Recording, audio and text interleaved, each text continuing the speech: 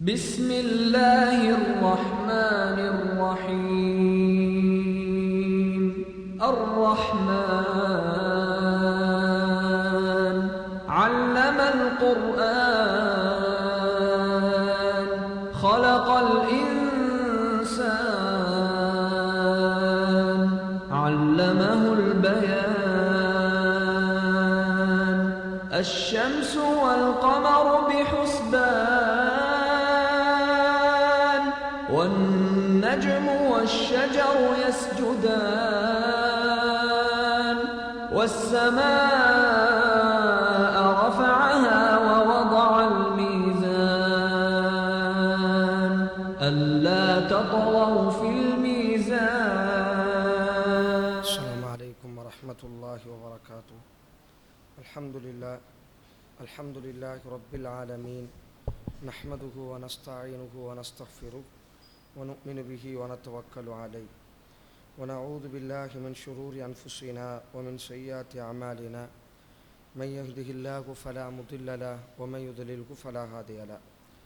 أشهد أن لا إله إلا الله وحده لا شريك له، أشهد أن محمدا عبده ورسوله. يا أيها الذين آمنوا اتقوا الله حق تقاته ولا تموتن إلا وأنتم مسلمون. يا أيها الناس اتقوا ربكم الذي خلقكم من نفس واحدة وخلق منها زوجها وبث منهما رجالا كثيرا ونساء، واتقوا الله الذي تساءلون به والأرحام إن الله كان عليكم رقيبا. يا أيها الذين آمنوا اتقوا الله وقولوا قولا سديدا يصلح لكم أعمالكم ويغفر لكم ذنوبكم، ومن يطع الله ورسوله فقد فاز فوزا عظيما. أما بعد، فإن أصدق الحديث كتاب الله، وخير الهدي هدي محمد صلى الله عليه وسلم، وشر الأمور محدثاتها، وكل محدثة بدعة، وكل بدعة ضلالة، وكل ضلالة في النار. அன்புக்கினிய இஸ்லாமிய சகோதர சகோதரிகளே, பெரியவர்களே, உரையை ஆரம்பிப்பதற்கு முன்னால் நமது ஊரை சார்ந்த பிறந்து 7 நாட்களே ஆன ஒரு சிறிய குழந்தை உடல்நலம் அதிகம் பாதிக்கப்பட்டிருக்கிறது. அந்த குழந்தையினுடைய ஆரோக்கியத்திற்காக வேண்டி பிரார்த்தனை செய்யுமாறு அதிகமாக அந்த குழந்தையினுடைய பெற்றோர்கள் நம்மிடத்தில் கேட்டுக்கொண்டிருப்பதினாலும், அந்த அடிப்படையில் எமது துஆக்களில் அந்த குழந்தையினுடைய ஆரோக்கியத்திற்காக வேண்டியும் அல்லாஹ்விடத்தில் பிரார்த்தனை செய்யுங்கள் என்று ஞாபகமூட்டுகிறேன். இஸ்லாமிய சகோதர சகோதரிகளே, இஸ்லாமிய எழுச்சிக்காக வேண்டி விதைக்கப்பட்ட அந்த விதைகளின் வரலாறுகளை எல்லாம் நாம் தொடர்ச்சியாக பார்த்து வருகிறோம். அதில் இஸ்லாத்தினுடைய முதல் அழைப்பாளரும் ரசூலுல்லாஹி ஸல்லல்லாஹு அலைஹி வஸல்லம் அவர்களின் நேசத்திற்குரித்தானவுமான முஸ்அப் இப்னு உமைர் அவர்களினுடைய வாழ்க்கையும் அந்த வாழ்க்கை தரக்கூடிய படிப்பினையையும் நாம் பார்த்தோம். அல்லாஹ்வினுடைய சிங்கம் என்றும் சுகதாக்களினுடைய தலைவர் என்றும் நபியால் புகழப்பட்டு இந்த உம்மத்திற்காக வேண்டியே வாழ்ந்து மரணித்த ஹம்ஸா ரலியல்லாஹு தஆலா அன்ஹு அவர்களினுடைய வரலாறையும் நாம் படித்திருக்கிறோம். இன்றைய தினம் வரலாற்றில் சில மனிதர்கள் தோன்றுவார்கள். அவர்களினுடைய வரலாற்றை படிக்கும் பொழுது உலகத்தில் இப்படியும் மனிதர்கள் உலக வரலாற்றில் வாழ்ந்திருக்கிறார்களா, உலக வரலாற்றில் மனிதர்களாக பிறந்ததற்கு பிறகு இப்படியும் உலக வரலாற்றில் வாழ முடியுமா என்று யோசிக்கக்கூடிய சில தியாகிகள் இந்த உலகத்தில் உருவாகியிருக்கிறார்கள். உதாரணத்திற்கு உமர் ரலியல்லாஹு தஆலா அன்ஹு.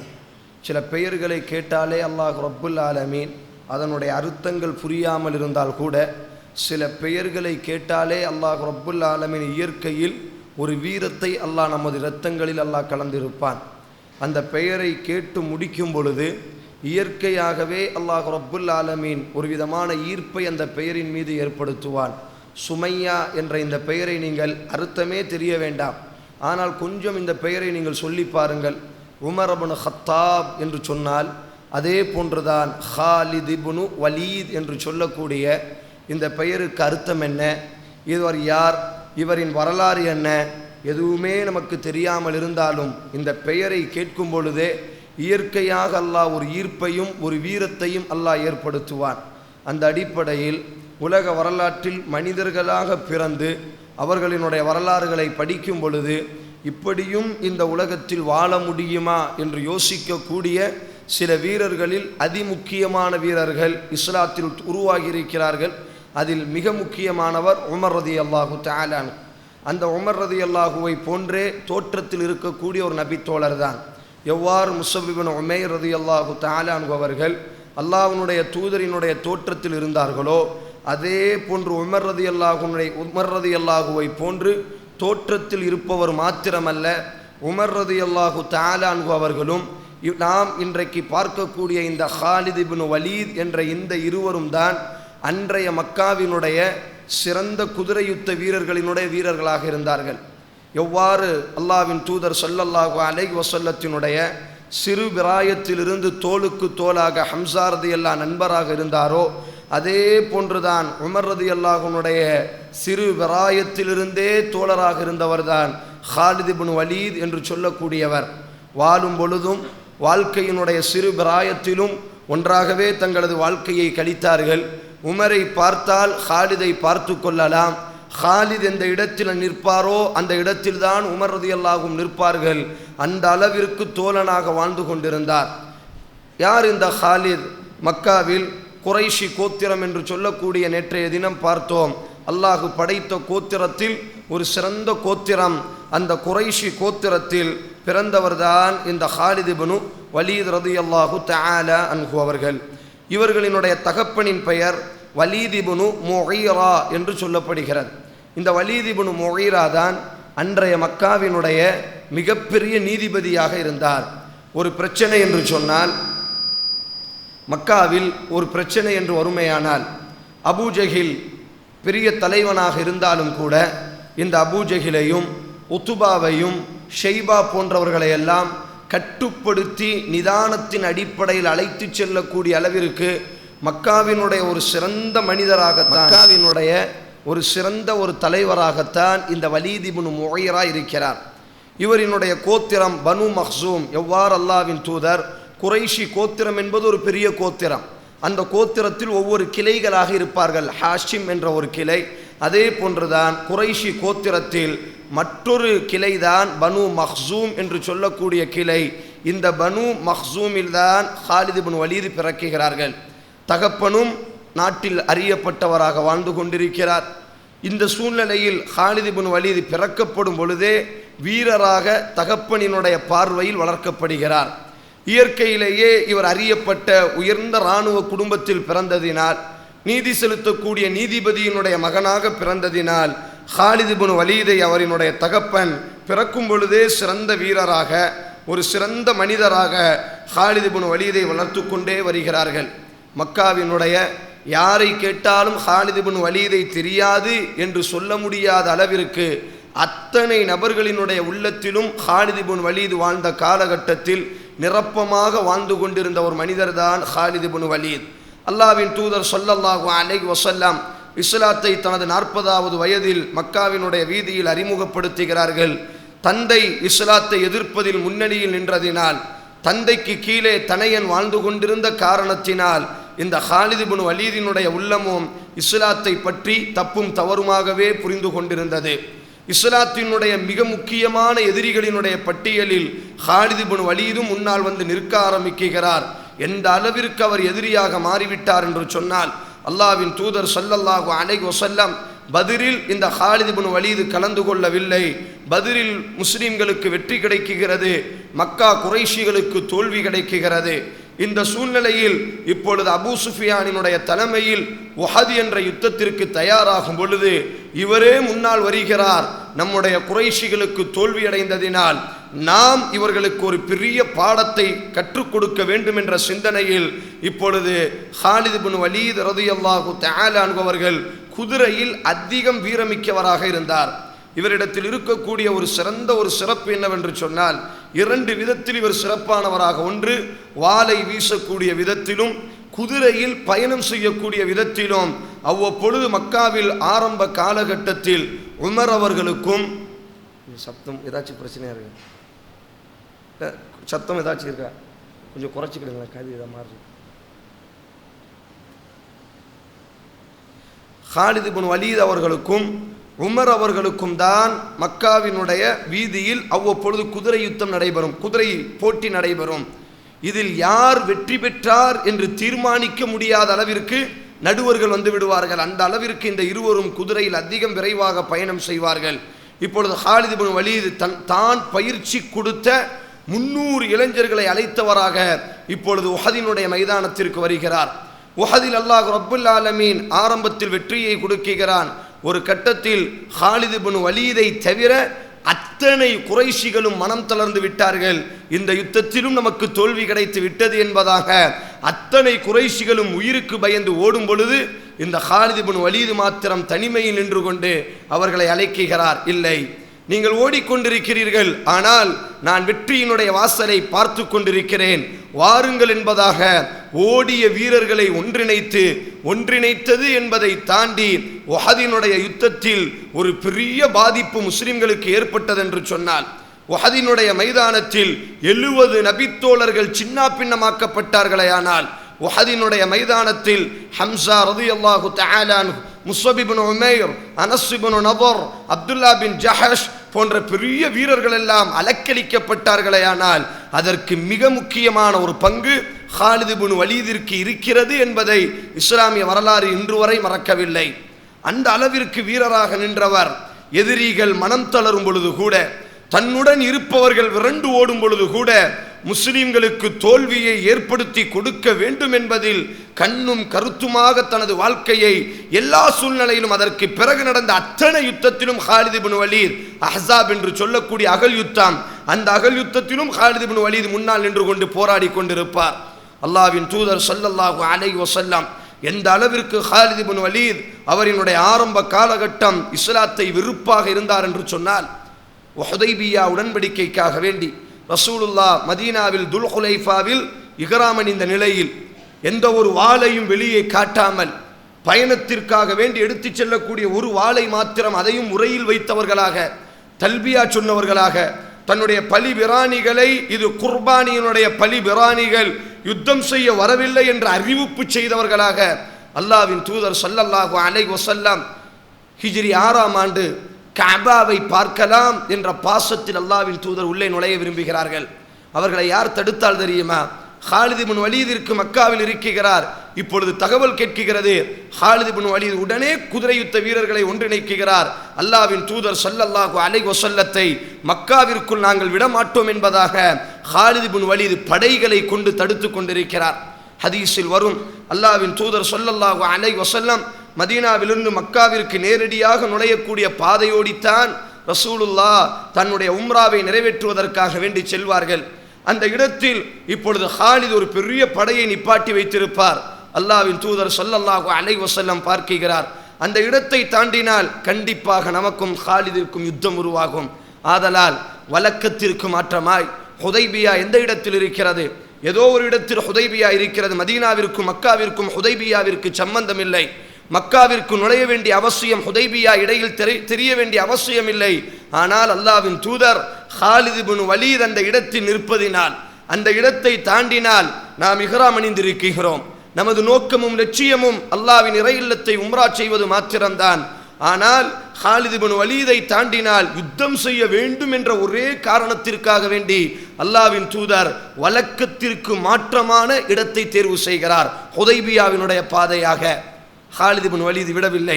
ரசூலுல்லாஹி ஸல்லல்லாஹு அலைஹி வஸல்லம் தன்னுடைய கரடு முரடான பாதையின் பக்கம் தன்னுடைய உம்ராவினுடைய பயணத்தை அமைத்தாலும் ஹாலித் இப்னு வலீத் சுற்றி கொண்டே இருக்கிறார். அல்லாஹ்வின் தூதரை கொலை செய்ய வேண்டும். நபித்தோழர்கள் சரியான அடிப்படையில் மாட்டிக்கொண்டார்கள். இவர்களை திருப்பி அனுப்பக்கூடாது என்பதில் ஹாலித் இப்னு வலீத் உறுதியாக இருந்தார். அவரே சொல்கிறார், லுஹரினுடைய நேரம், ரசூலுல்லாஹி ஸல்லல்லாஹு அலைஹி வஸல்லம் தொழுகிறார்கள், நபித்தோழர்களும் தொழுகிறார்கள். அப்பொழுதுதான் ஹாலித் இஸ்லாத்தினுடைய தொழுகையை பார்க்கிறார். சுஜூது செய்கிறார்கள், ருக்கு செய்கிறார்கள். ஹாலித் யோசிக்கிறார், சரியான நேரத்தை நாம் தவற விட்டு விட்டோம். அவர்கள் சுஜூதிலே படுத்து கிடக்கும் பொழுதே நம்முடைய படைகளை கொண்டு அவர்கள் கழுத்தை அத்தனை நபர்களையும் நாம் வெட்டி இருக்கலாமே என்று அவர் யோசிக்கிறார். இப்பொழுது அவர் தீர்மானிக்கிறார், அடுத்த ஒரு தொழுகை வரை அவர் காத்திருக்கிறார். அவர்கள் தொழுவதற்காக வேண்டி ஹாலித் இப்னு வலீத் எதிர்பார்க்கிறார். லுஹரினுடைய நேரம் முடிகிறது. அடுத்து அஸ்ரினுடைய தொழுகையை அல்லாஹ்வின் தூதர் ஸல்லல்லாஹு அலைஹி வஸல்லம் தக்பீரை கட்டி தொழும் பொழுது அல்லாஹ் குர்ஆனினுடைய வஹையை ஜிப்ரீலை கொண்டு இறக்க ஆரம்பிக்கிறான். நபியே நபியே, நீ குனிவதை எதிர்பார்த்து ஹாலிது காத்து கொண்டிருக்கிறார். இப்பொழுது தொழுகையை மாற்றி அமைத்துக் கொள்ளுங்கள். உங்களிலே ஒரு கூட்டம் குனியட்டும், ஒரு கூட்டம் ஹாலிதை வாளை ஏந்தி பார்த்து கொண்டே இருக்கட்டும். யுத்த காலத்தில் அச்ச நேர தொழுகையில் எவ்வாறு தொழ வேண்டும் என்பதை அல்லாஹ் ரப்புல் ஆலமீன் 7வது ஜுஸ்வில் அல்லாஹ் பதிவு செய்வான். நீங்கள் அச்ச நேரத்தில் யுத்த காலத்தில் நீங்கள் பயப்படுவீர்களேயானால் ஒரு கூட்டம் ஒரு ரக்காத்தில் இருக்க வேண்டும், மற்றொரு கூட்டம் வாளை ஏந்திய நிலையில் எதிரிகளை பார்த்த நிலையில் நின்று கொண்டே இருக்க வேண்டும். ஒரு ரக்காத்து முடிந்தவுடன் ஒரு ரக்காத்தை முடித்த அந்த கூட்டம் திரும்ப வேண்டும். இப்பொழுது வாளை கொண்டு நின்று கொண்டிருந்தவர்கள் இப்பொழுது மீண்டும் ஒரு ரக்காத்தில் கலந்து கொள்ள வர வேண்டும். இப்பொழுது ஹாலித் யோசிக்கிறார், நாம் நினைத்தோம் சுஜூதில் இவர்கள் கழுத்தை வெட்டலாம் என்பதாக, ஆனால் இவர்களுமோ சுதாரித்து விட்டார்களே. தனக்குள்ளாகவே பேசுகிறார், நாம் நினைத்ததை சாதிக்க முடியவில்லை என்று சொன்னால் இவர்களினுடைய புகழ் உலகம் முழுவதும் ஒரு காலம் ஓங்கும் என்பதாக ஹாலித் பேச ஆரம்பிக்கிறார்.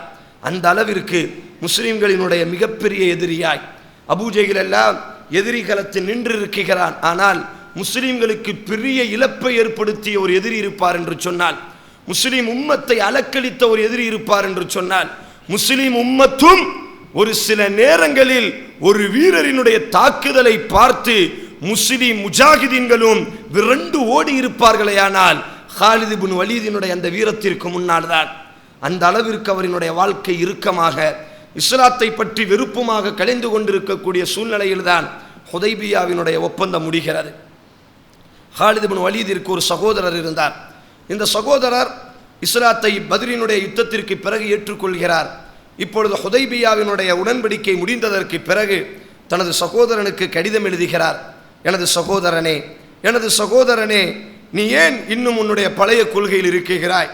உன்னுடைய கொள்கையை நீ யோசிக்கலாமே. நீ இருக்கக்கூடிய கொள்கை சரியானதா? அல்லாஹ்வின் தூதர் ஸல்லல்லாஹு அலைஹி வஸல்லம் உன்னை பற்றி விசாரித்தார்கள். சொன்னார்கள், ஒரு நாள் ஹாலிதை போன்ற அறிவாளிகள் எல்லாம், ஹாலிதை போன்ற வீரர்கள் எல்லாம், ஹாலிதை போன்று விவேகமாக சிந்திப்பவர்கள் எல்லாம் அந்த மூட்டீக கொள்கையில் இருக்க மாட்டார்கள். கண்டிப்பாக ஒரு நாள் இஸ்லாத்தின் பக்கம் அவர்கள் வரத்தான் செய்வார்கள் என்பதாக அல்லாஹ்வின் தூதர் உன்னை பற்றி பேசினார்கள். ஆதலால் எனது சகோதரனே, நீ ஏன் இஸ்லாத்தில் நுழையக்கூடாது என்று தன்னுடைய சகோதரன் ஹாலிதிற்கு ஒரு கடிதம் எழுதுகிறார். ஹுதைபியாவினுடைய உடன்படிக்கைக்கு மறு ஆண்டு ஹிஜ்ரி 8ஆம் ஆண்டு சஃபர் மாதம் இப்பொழுது அந்த கடிதத்தை படித்ததற்கு பிறகு இப்பொழுது ஹாலிதினுடைய உள்ளம் ஈமானின் பக்கம் விசாலமடைய ஆரம்பிக்கிறது. அதற்கு முன்னால் ஹாலித் யோசிக்கிறார், எவ்வளவு எதிர்த்தோம் இந்த கொள்கையை. பத்ரிலும் நாம் எதிர்த்தோம், உஹதிலும் நாம் எதிர்த்தோம், அஹ்ஸாபிலும் நாம் எதிர்த்தோம், ஹந்தக்கினுடைய மைதானத்திலும் நாம் எதிர்த்தோம். ஆனால் இது வெட்ட வெட்ட வளரக்கூடிய மரமாக அல்லவா இருக்கிறது. ஆதலால் இவர்கள் நாட்டில் நாம் வாழ்ந்தால் நாம் ஒரு கட்டத்தில் கொலை செய்யப்படுவோம், அல்லது நாம் என்ன செய்யலாம், மற்ற கிறிஸ்தவ நாடுகளுக்கு சென்று கிறிஸ்தவனாக மதம் மாறலாமா என்று யோசித்துக் கொண்டிருக்கக்கூடிய சூழ்நிலையில்தான் இப்பொழுது இஸ்லாத்தினுடைய கடிதம் கிடைக்கிறது. ஹாலித் இப்னு வலீத் அந்த கடிதத்தை படிக்கிறார். இப்பொழுது இஸ்லாத்தின் பக்கம் நாம் ஏன் இணையக்கூடாது? முதலாக இஸ்லாத்தை பற்றி தெரிந்து கொள்ள ஆசைப்படுகிறார். இஸ்லாம் என்றால் என்ன, நாம் விளங்கிய இஸ்லாம் என்றால் என்ன, உண்மையில் இஸ்லாத்தை பற்றி சொல்லக்கூடிய தகவல் என்ன என்று யோசித்ததற்கு பிறகு இப்பொழுது ஹாலித் இப்னு வலீதினுடைய நெருங்கிய தோழர் அம்ர் இப்னு ஆஸ் அவர்கள் இப்பொழுது மக்காவை விட்டு அபிசீனியாவிற்கே சென்று விட்டார் கிறிஸ்தவராக மாறுவதற்கு. நஜ்ஜாசி மன்னனினுடைய கரத்தை பிடித்து, நஜ்ஜாசி மன்னரும் அம்ர் இப்னு ஆஸும் இரட்டை தோழர்களை போன்று நண்பர்கள். அம்ர் இப்னு ஆஸ் சொல்கிறார், எங்கள் மக்காவில் முஹம்மதினுடைய கரம் ஓங்கிவிட்டது, ஆதலால் நான் குழப்பத்தில் இருக்கிறேன், இந்த சிலைகள் எல்லாம் கைவிட்டு விட்டது, ஆதலால் நான் உன்னுடைய கிறிஸ்தவ மதத்தில் இணைந்து கொள்ளலாம் என்று விரும்புகிறேன் என்று சொன்ன பொழுது நஜ்ஜாசி பதில் கொடுக்கிறார், இல்லை என்னுடைய தோழனே, நானே உன்னுடைய தூதர் முஹம்மது ஸல்லல்லாஹு அலைஹி வஸல்லம் அவரினுடைய மார்க்கத்தில் இணைந்திருக்கிறேன். நான் தௌராத்தை படித்திருக்கிறேன், நான் இன்ஜீலை படித்திருக்கிறேன், உலக வரலாற்றில் இப்படி ஒரு தூதர் வருவார் என்று நான் படித்திருக்கிறேன். ஆதலால் நீ அவரினுடைய கரத்தை பிடித்தால்தான் இந்த உலகத்திலும் நாளை மறு உலகத்திலும் நீ வெற்றி பெறுவாய் என்பதாக தனது நண்பருக்கு நஜ்ஜாசி மன்னர் அம்ர் இப்னு ஆஸ் இந்த தகவலை சொன்னவுடன் அம்ர் இப்னு ஆஸ் அவர்கள் இப்பொழுது மீண்டும் மக்காவிற்கு வருகிறார் இஸ்லாத்தை ஏற்றுக்கொள்வதற்காக வேண்டி. ஹாலித் இப்னு வலீத் இடத்தில் பேசுகிறார். ஹாலித் இப்னு வலீத் சொல்கிறார், ஹாலித் இப்னு வலீத் குதிரையின் மீது அமர்ந்தவராக இப்பொழுது பயணத்தை தொடருகிறார். இப்பொழுது அம்ர் இப்னு ஆஸை எதிர்பார்க்க அம்ர் இப்னு ஆஸ் எதிரிலே வருகிறார். அம்ர் இப்னு ஆஸ் கேட்கிறார், ஒமா ஜா பிக்குமா யா ஹாலித், ஹாலிதே எங்கு சென்று விட்டாய், எங்கு செல்ல போகிறாய், நீ ஏன் இந்த இடத்திற்கு வந்தாய்? சொன்னார், மதீனாவில் ஒருவர் நபி என்று பேசுகிறார், அவர் கரத்தை பிடித்து ஈமானை ஏற்றுக்கொள்வதற்காக வேண்டி நான் செல்கிறேன். அம்ர் இப்னு ஆஸ் சொன்னார், எனது நண்பனே, நானும் அந்த சிந்தனையில் தான் வாழ்ந்து கொண்டிருக்கிறேன். ஹிஜ்ரி 8ஆம் ஆண்டு சஃபருனுடைய மாதத்தில் இஸ்லாமிய உம்மத்தில் ரசூலுல்லாஹி ஸல்லல்லாஹு அலைஹி வஸல்லம் அவர்களினுடைய கரத்தை பிடித்து ஈமானை ஏற்றுக்கொள்வதற்காக வேண்டி இந்த 2 நபித்தோழர்களும் வருகிறார்கள். இப்பொழுது மதீனாவிற்கு இந்த சம்பவம் கேட்டவுடன் எவ்வாறு மதீனாவாசிகள் ரசூலுல்லாஹ் உள்ளே வரும்பொழுது கரங்களை நீட்டி வரவேற்றார்களோ அதே போன்ற அத்தனை மதீனாவாசிகளும் உமர் ரலியல்லாஹு அன்ஹுடைய தோளினுக்கு தோளாக இருந்த நண்பர் இல்லையா, இவரினுடைய சகோதரனும் நபியினுடைய தோழர் இல்லையா, முழு மதீனாவாசிகளையும் மக்காவாசிகளையும் அவ்வப்பொழுது அதிர்ச்சிக்குள்ளாக்கக்கூடிய ஒரு வீரர் இல்லையா, இப்பொழுது அவர் இஸ்லாத்திற்குள் வருகிறார் என்ற கேட்டவுடன் அத்தனை முஸ்லிம்களும் வரவேற்பதற்கு மதீனாவிற்கு வெளியிலே நிற்கிறார்கள். அல்லாஹ்வின் தூதருக்கு இந்த செய்தி கேட்டவுடன் ரசூலுல்லாஹ் சொன்னார்கள், மக்கா தனது ஈரக்குலையை நம்முடைய கரத்தில் கொடுத்து விட்டது, மக்கா தனது ஈரக்குலையை நம்முடைய கரத்தில் கொடுத்து விட்டது. அல்லாஹ்வின் தூதரினுடைய கரத்தை பிடித்து இப்பொழுது இஸ்லாத்தை ஏற்றுக்கொள்கிறார். அல்லாஹ்வின் தூதர் ஸல்லல்லாஹு அலைஹி வஸல்லத்திடத்தில் இப்பொழுது ஹாலித் பேசுகிறார், யா ரசூலல்லாஹ், நான் உங்களினுடைய பரம எதிரியாக வாழ்ந்திருக்கிறேன், எல்லா சூழ்நிலையிலும் உங்களை எதிர்த்து மட்டுமே எனது வாழ்க்கை சென்றிருக்கிறது. நான் இப்பொழுது இஸ்லாத்தை ஏற்றுக்கொண்டு விட்டேன், எனது பாவ மன்னிப்புக்காக வேண்டி அல்லாஹ்விடத்தில் நீங்கள் பிரார்த்திக்க வேண்டும் அல்லாஹ்வின் தூதரே. அல்லாஹ்வின் தூதர் சொன்னார்கள், தஹலல் இஸ்லாம் யஹ்திமு மா கான கப்லஹ், இஸ்லாத்திற்குள் ஒருவர் நுழைவது அவரினுடைய முந்திய பாவங்களை அழித்துவிடும். ஹிஜ்ரத் ஒருவர் செய்வது யஹ்திமு மா கான கப்லஹ், அவரினுடைய முந்திய பாவங்களை அழித்துவிடும். யார் ஹஜ்ஜி செய்வாரோ யஹ்திமு மா கான கப்லஹ், அவரினுடைய முந்திய பாவங்களை அழித்துவிடும். ஹாலிதே, உன்னுடைய அத்தனை பாவத்தையும் இஸ்லாம் மன்னித்து விட்டது. ஹாலித் சொல்வார்கள், இல்லை அல்லாஹ்வின் தூதரே, உங்களுக்கு நான் அதிகம் துரோகம் செய்திருக்கிறேன், உங்களுக்கு அதிக இழப்பை நான் ஏற்படுத்தி கொடுத்திருக்கிறேன், ஆதலால் நீங்கள் எனக்காக வேண்டி அல்லாஹ்விடத்தில் பிரார்த்தனை செய்ய வேண்டும். அல்லாஹ்வின் தூதர் கரங்களை தூக்குகிறார், அல்லாஹும் அல்லாஹுவே, இந்த ஹாலிதை நீ மன்னிப்பாயாக, இந்த ஹாலிதினுடைய வாழ்க்கையை மார்க்கத்தில் உறுதிப்படுத்துவாயாக என்று அல்லாஹ்வின் தூதர் பிரார்த்திக்கிறார். இறுதியாக ஹாலித் இப்னு வலீதினுடைய கரத்தை பிடித்து அல்லாஹ்வின் தூதர் சொல்வார்கள், அல்ஹம்துலில்லாஹில்லதி ஹதாக கது குன்னா அராலக அக்லன் ரஜௌத அல்லா யுஸல்லிமுக இல்லா இலா கைர். அல்ஹம்துலில்லாஹ், எல்லா புகழும் அல்லாஹ்வுக்கு தான். அல்லதி, அந்த ரப்பு யார் தெரியுமா, ஹதாக யா ஹாலித், என்னை கொண்டு அல்லாஹ் உனக்கு நேர்வழியை கொடுத்தான். கது குன்த அராலக அக்லன் ரஜௌத அல்லா யுஸல்லிமுக இலா கைர், எனக்கு தெரியும் உன்னை போன்ற புத்தியாள்கள் எல்லாம், உன்னை போன்று யோசிப்பவர்கள் எல்லாம், உன்னை போன்று விவேகமிக்கவர்கள் எல்லாம், உன்னை போன்று சிறந்த அறிவாளிகள் எல்லாம் இஸ்லாம் அவர்களினுடைய வாழ்க்கையை கவர்ந்து இழுக்கும் என்று எனக்கு தெரியும். என்னுடைய ஆசை வீண் போகவில்லை. எனது கண்களுக்கு முன்னாடியே அல்லாஹ் என்னுடைய கரத்தால் உனக்கு ஈமானை கொடுத்தானே, அந்த ரப்பிற்கு எல்லா புகழும் என்பதாக அல்லாஹ்வின் தூதர் புகழுகிறார்கள் அல்லாஹுவை. ஹாலித் இப்னு வலீத் குர்ஆனை படித்ததில்லை. இப்பொழுது ரசூலுல்லாஹ்விடத்தில் நிற்கிறார், யா ரசூலல்லாஹ், எனது உள்ளங்கள் இறுக்கமாக இருக்கிறது, அல்லாஹ்வின் தூதரே, எனது உள்ளங்கள் குஃபுரை சுமந்ததாக இருக்கிறது, ஆதலால் குர்ஆனை நான் கற்றுக்கொள்ள வேண்டும், யாரிடத்தில் நான் கற்றுக்கொள்ளலாம்? அல்லாஹ்வின் தூதர் சொன்னார்கள், சாலிம் என்று சொல்லக்கூடிய நபித்தோழர், அடிமையாகவே மக்கா வீதியில் பார்க்கப்பட்ட ஒரு நபித்தோழர். ஹாலித் இப்னு வலீத் குஃப்ரை சுமக்கும் பொழுது ஏறெடுத்து கூட பார்க்க முடியாத ஒரு நபித்தோழர்.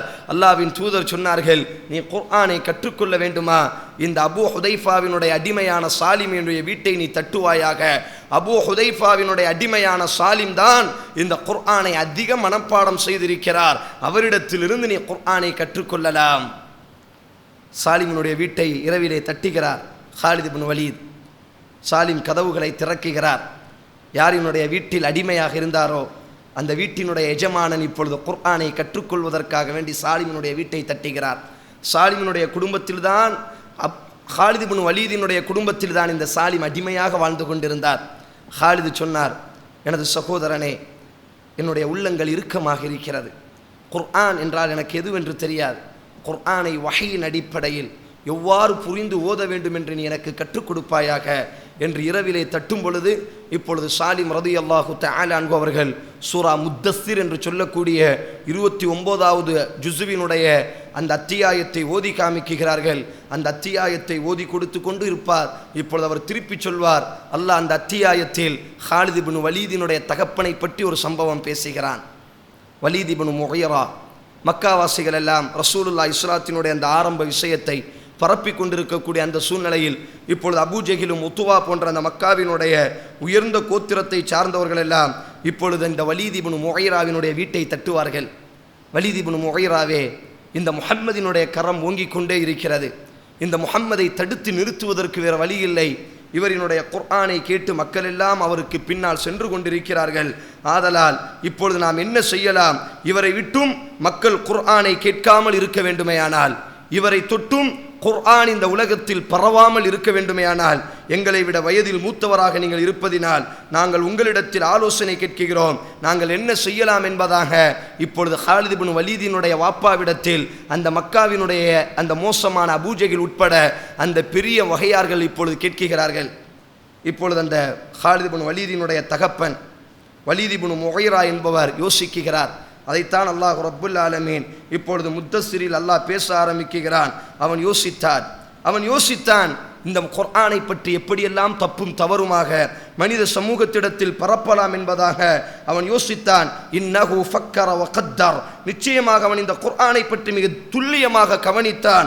ஒரு பொய்யை எவ்வாறாவது கற்பனை செய்ய வேண்டும், மக்களிடத்தில் நாம் யோசிக்க வேண்டும், அதை இந்த குர்ஆனுக்கு எதிராக சொல்ல வேண்டும், மக்கள் எல்லாம் அதை நம்ப வேண்டும் என்பதற்காக வேண்டி இன்னஹு ஃபக்கர வ கத்தர் இப்பொழுது ஓதி கொடுக்கிறார் சாலிம். ஹலீல், உனது தந்தை யோசித்தார். இன்னஹு ஃபக்கர வ கத்தர் சும்ம குத்தில கைஃப கத்தர், பிறகும் அவர் யோசித்தார். உனது தந்தை எவ்வாறு தெரியுமா? இந்த குர்ஆனின் பக்கம் மக்கள் செல்லக்கூடாது, இந்த குர்ஆனை உணர்வதற்கு மக்கள் பயன்பெற்று விடக்கூடாது, இந்த குர்ஆனை படித்து விடக்கூடாது என்பதாக யோசித்துக் கொண்டே இருக்கிறான். சும்ம நதர், பிறகும் யோசித்தான் உனது தகப்பன். சும்ம அபஸ வ பஷர், பின்னால் தன்னால் இயலவில்லை என்பதை அந்த வலீதே ஒப்புக்கொள்கிறார். என்ன சொல்ல முடியும் இந்த முஹம்மதிற்கு எதிராக? இவரை பைத்தியம் என்று சொல்ல முடியுமா என்று யோசித்தார். சொன்னார் இல்லை, அவரே யோசிப்பார். இவரை பைத்தியம் என்று பரப்பினால் மக்கள் எல்லாம் இந்த குர்ஆனை கேட்க மாட்டார்கள். பிறகு அவரே சொல்வார், இல்லை அபூஜஹில், இவரை பைத்தியம் என்று சொன்னால் மக்கள் நம்ப மாட்டார்கள். காரணம், தெளிவானதை பேசிக் கொண்டிருக்கிறார், உண்மையானதை பேசிக் கொண்டிருக்கிறார். திருப்பி யோசிப்பார். சும்மா நதர், பிறகு யோசிப்பார், இவரை பொய்யர் என்று பரப்பலாமா? உடனே அவரே சொல்வார், இல்லை இல்லை, இது எடுபடாது, இவர் பொய்யர் இல்லை என்பது இவர் வாழ்ந்த காலத்தை கொண்டு மக்கள் நிரூபித்து விடுவார்கள், இவரை பொய்யர் என்றும் மக்களிடத்தில் பரப்ப முடியாது. பிறகு இதை ஷாயிர், கவிதை படிக்கக்கூடியவர், கவிதையை சொல்லக்கூடியவர் என்று பரப்பலாமா? உடனே அவரே சொல்வார், இல்லை இல்லை, இவர் படிப்பறிவு இல்லாதவர் என்று மக்காவின் வீதிக்கு தெரியும். இயலாமையில் ஆடுகிறான். யோசித்து யோசித்து முடிவு செய்ய முடியாமல் ஹாலித் இப்னு வலீதினுடைய தகப்பன் வரும் பொழுது சும்ம அதுபர வஸ்தக்பர், ஆனாலும் நம்மையும் நம்பி மக்காவாசிகள் வந்து விட்டார்கள் என்ற அந்த பெருமையில், அந்த கிபிரில் ஃபகால இன் ஹாதா இல்லா ஸஹ்ரி யுஸர், அவன் இட்டுக்கட்டினான் தனது நாவால். இவர் பொய்யர் என்று சொல்ல முடியாது, இவர் பைத்தியம் என்று சொல்ல முடியாது, இவர் கவிதை எழுதியவர் என்று சொல்ல முடியாது, இவரை இப்படி பரப்பலாம். இல்லா ஸஹ்ரி யுஸர், இவர் ஒரு சூனியம் வைக்கப்பட்டவர், இவருக்கு சூனியம் வைக்கப்பட்டு விட்டது, இவருக்கு யாரோ சூனியம் வைத்து விட்டார்கள், ஆதலால் இவர் உளறிக் கொண்டிருக்கிறார் என்பதாக. இவர் நல்லவர்தான், இவர் பைத்தியம் இல்லை, இவர் பொய் சொல்ல மாட்டார், இவர் எழுத படிக்க தெரியாதவர் தான், ஆனால் சமீப காலமாக இவ்வாறு சூனியம் பிடிக்கப்பட்டதினால், ஷைத்தான் தீண்டப்பட்டதினால் இவ்வாறெல்லாம் உளறிக் கொண்டிருக்கிறார் என்பதாக இவரை பற்றி நாம் மக்காவாசிகளிடத்தில் பரப்பலாம் என்று திட்டமிடும் பொழுது அதை அபூஜஹிலும் பரப்புகிறான். அதைத்தான் அல்லாஹ் அந்த வசனத்தில் சொல்கிறான், அவனுக்கு தான் சக்கர் என்ற நரகத்தை நான் தயார்படுத்தி வைத்திருக்கிறேன். வமா அதராக மா சக்கர், ஹாலிதே, சக்கர் என்றால் என்ன தெரியுமா? லா துபகி வலா ததர், உனது தந்தையினுடைய தோலை கூட அந்த நரக நெருப்பு விட்டுவிடாது, உனது தந்தையினுடைய இதயத்தையும் தாக்கக்கூடிய அளவிற்கு சக்கர் என்ற நரகத்தை நான் ஏற்பாடு செய்து வைத்திருக்கிறேன். இந்த வசனத்தை ஓதும் பொழுது ஹாலித் அழுவார், அபி அபி அபி, எனது தந்தை நரகமா, எனது தந்தை நரகத்திலா இருக்கிறார், யா அல்லாஹ், இந்த வசனத்திற்கு சொந்தக்காரர் எனது தந்தையா அல்லாஹ் என்று ஹாலித் இப்னு அழுதார் என்பதாக குர்ஆனை கற்றுக்கொள்ளும் பொழுது அவரை பற்றி ஒரு வரலாறு பதிவு செய்யப்படும். இவ்வாறு அவரினுடைய வாழ்க்கை சென்று கொண்டிருக்கக்கூடிய சூழ்நிலையில்தான் ஹிஜ்ரி 8ஆம் ஆண்டு அல்லாஹ்வின் தூதர் ஸல்லல்லாஹு அலைஹி வஸல்லம் ஹுதைபியாவிற்கு பிறகு ஒவ்வொரு நாட்டுக்கும் ரசூலுல்லாஹ் கடிதம் அனுப்புவார்கள். இஸ்லாத்தின் பக்கம் பஹ்ரைனிற்கு அனுப்பினார்கள், ஷாமுக்கு அனுப்பினார்கள், ஹிர்கலுக்கு அனுப்பினார்கள், யமனுக்கு அனுப்பினார்கள், ஏன் சைனாவிற்கு கூட அல்லாஹ்வின் தூதர் கடிதம் அனுப்பியதாக வரலாற்றில் பதிவு செய்யப்படும். ஈமானின் பக்கம் அழைப்பு கொடுத்து இன்றைக்கும் உலக வரலாற்றில் அந்த கடிதங்கள் எல்லாம் பொன் எழுத்துக்களில் பாதுகாக்கப்படுகிறது. அந்த கடிதத்தை இஸ்லாத்தின் பக்கம் அழைப்பு கொடுத்து இப்பொழுது ஒவ்வொரு நாட்டுக்கும் அனுப்பும் பொழுது புஸ்ரா என்று சொல்லக்கூடிய நாட்டிற்கும் ரோமுக்கு கீழே இந்த நாடு வாழ்ந்து கொண்டிருக்கிறது. ரோமர்களை தலைமையாக கொண்டு இந்த நாடு ரோமுக்கு கீழே வாழ்ந்து கொண்டிருப்பதினால் புஸ்ரா என்ற நாட்டிற்கும் அல்லாஹ்வின் தூதர் கடிதம் அனுப்புகிறார்கள் இஸ்லாத்தின் பக்கம் மக்களை அழைக்குமாறு. அந்த கடிதத்தை கொண்டு சென்ற அந்த நபித்தோழரை அந்த மன்னன் கைது செய்கிறான். கைது செய்தது என்பதை தாண்டி கடிதங்களை கொண்டு வரக்கூடிய வெளிநாட்டு தூதுவர்களை அவர்கள் கொள்கை மோசமாக இருந்தாலும் மதிக்க வேண்டும். ஆனால் அந்த புஸ்ராவினுடைய மன்னன் அந்த நபித்தோழரை கழுத்தை வெட்டி கொலை செய்தும் விடுகிறான். இப்பொழுது அல்லாஹ்வின் தூதர் ஸல்லல்லாஹு அலைஹி வஸல்லம் 3000 நபித்தோழர்களை திரட்டுகிறார்கள். இந்த 3000 நபித்தோழர்களை முஅத்தா என்று சொல்லக்கூடிய இடத்திற்கு இந்த புஸ்ரா நாட்டு மன்னனை எதிர்ப்பதற்காக வேண்டி நம்முடைய தோழரும் நமது தூதுவரையும் அவன் கொலை செய்ததினால் இது விட்டுவிடுவோம் என்று சொன்னால், இதை நாம் கவனிக்காமல் விட்டுவிட்டால் வரலாற்றில் இதுவே நம்மை தாக்குவதற்கு ஒரு பெரிய ஆதாரமாக ஆகிவிடும். ஆதலால் ரசூலுல்லாஹி ஸல்லல்லாஹு அலைஹி வஸல்லம் இந்த யுத்தத்தில் கலந்து கொள்ளவில்லை. ஹிஜ்ரி 8ஆம் ஆண்டு முஅத்தா என்ற இடத்தில் நடைபெற்ற அந்த யுத்தத்திற்காக வேண்டி 3000 நபித்தோழர்களை, அதாவது புஸ்ரா என்பது ஒரு சிறிய நாடு என்று நினைத்து அல்லாஹ்வின் தூதர் அனுப்பி வைப்பார்கள். இமாம் புகாரி அவர்கள் அறிவிக்கிறார்கள், அந்த யுத்தத்திற்கு அனுப்பும் பொழுது அல்லாஹ்வின் தூதர் சொல்வார்கள், முதலில் இந்த யுத்தத்தினுடைய கொடியை ஸைத் இப்னு ஹாரிஸா தூக்க வேண்டும். அந்த ஸைத் இப்னு ஹாரிஸா ஷஹீதாகிவிட்டால் ஜஅஃபர் இப்னு அபி தாலிப் அந்த கொடியை தூக்கட்டும். ஜஅஃபர் இப்னு அபி தாலிப் ஷஹீதாகிவிட்டால் அப்துல்லா பின் ரவாஹா அந்த கொடியை தூக்கட்டும். அப்துல்லா பின் ரவாஹாவும் ஷஹீதாகிவிட்டால் அந்த இடத்தில் நீங்கள் முடிவு செய்யுங்கள், யார் கரத்தில் கொடுத்தால் சரியாக இருக்கும் என்று நீங்கள் சூரா செய்து முடிவு செய்கிறீர்களோ அவரினுடைய கரத்தில் இந்த கொடியை கொடுத்து விடுங்கள். இப்பொழுது ஹாலித் இப்னு வலீத் அவர்களும் ஒரு சாதாரண படை வீரனாக முதலாவது இஸ்லாத்திற்காக வேண்டி யுத்தம் செய்வதற்காக வேண்டி ஹாலித் இப்னு வலீத் தன்னுடைய முதல் யுத்தத்தை லா இலாஹ இல்லல்லாஹ்வின் மீது அமைப்பதற்காக வேண்டி உள்ளே இணைந்து கொள்கிறார். முஅத்தாவை நோக்கி செல்கிறது. சென்று கொண்டிருக்கும் பொழுது தகவல் வருகிறது, புஸ்ரா என்பது நீங்கள் நினைத்ததல்ல, நீங்கள் ஒரு சிறிய நாட்டை எதிர்ப்பதற்கல்ல நீங்கள் வருகிறீர்கள் என்று கேள்விப்பட்டவுடன் ஹிர்கல் நாட்டு மன்னன் 2 லட்சம் இராணுவ வீரர்களை அனுப்பியிருக்கிறான். 3000 முஸ்லிம்களும் 2 லட்சம் இராணுவ வீரர்களும் இந்த இடத்தில் இருக்கிறார்கள். யோசித்தால் கூட யோசிப்பதற்கு கூட வழி இல்லாத ஒரு யுத்தம். இப்பொழுது முஸ்லிம்களினுடைய உள்ளங்கள் எல்லாம் கொஞ்சம் நிலைத்தடும்பாரும் பொழுது அப்துல்லா பின் ரவாஹா எழுந்திருக்கிறார். எனது முஸ்லிம்களே, எத்தனை நாட்களில் எத்தனை யுத்தங்களில் நம்முடைய ஆயுதங்களை கொண்டு நாம் வெற்றி பெற்றிருக்கிறோம். எனது முஸ்லிம்களே, எத்தனை யுத்தங்களில் நமது திட்டங்களை கொண்டு நாம் வெற்றி பெற்றிருக்கிறோம். பத்ரினுடைய வெற்றியாக இருக்கலாம், உஹதினுடைய வெற்றியாக இருக்கலாம், அஹ்ஸாபின் வெற்றியாக இருக்கலாம், ஹுதைபியாவின் வெற்றியாக இருக்கலாம். இந்த யுத்தத்திற்கு பின்னாலெல்லாம் அல்லாஹ் அவனுடைய மார்க்கத்தை வைத்திருக்கிறான். அந்த மார்க்கத்தை நாம் கண்ணியப்படுத்தும் காலமெல்லாம் அல்லாஹ் நமக்கு வெற்றியை கொடுத்திருக்கிறான். ஆள் பலத்தை கொண்டோ ஆயுத பலத்தை கொண்டோ எந்த யுத்தத்திலும் நாம் வெற்றி பெறவில்லை. நமக்கு 2 அல்லாஹ் எந்த ஒரு யுத்தத்திலும் வைத்திருக்கிறான். இம்ம ஷஹாதா, ஒன்று அல்லாஹ்வின் பாதையில் எதை எதிர்பார்த்து வாளை தூக்கினோமோ, எதை எதிர்பார்த்து லா இலாஹ இல்லல்லாஹ்வை ஏற்றதற்கு பிறகு அகலினுடைய யுத்தத்தின் பொழுது ரசூலுல்லாஹ்வினுடைய கரத்தில் மரணத்தின் மீது எந்த யுத்தத்தில் நாம் பையத்து செய்தோமோ, ஹுதைபியாவினுடைய மரத்திற்கு கீழே மரணத்தின் மீது எந்த யுத்தத்தில் நாம் பையத்து செய்தோமோ அந்த மரணம் நமக்கு முன்னால் இருக்கிறது. இந்த யுத்தத்தில் அல்லாஹ் நமக்கு 2 தருவான். இம்ம ஷஹாதா, ஒன்று அல்லாஹ்வின் பாதையில் சிட்டுக்குருவிகளாக பறக்கக்கூடிய ஷஹாதத்தை அல்லாஹ் அடையும் பாக்கியத்தை தருவான். அல்லது இந்த யுத்தத்தில் அல்லாஹ் நமக்கு வெற்றியை தரலாம். இந்த இரண்டில் எது கிடைத்தாலும் நமது வாழ்க்கையில் வெற்றிதான்.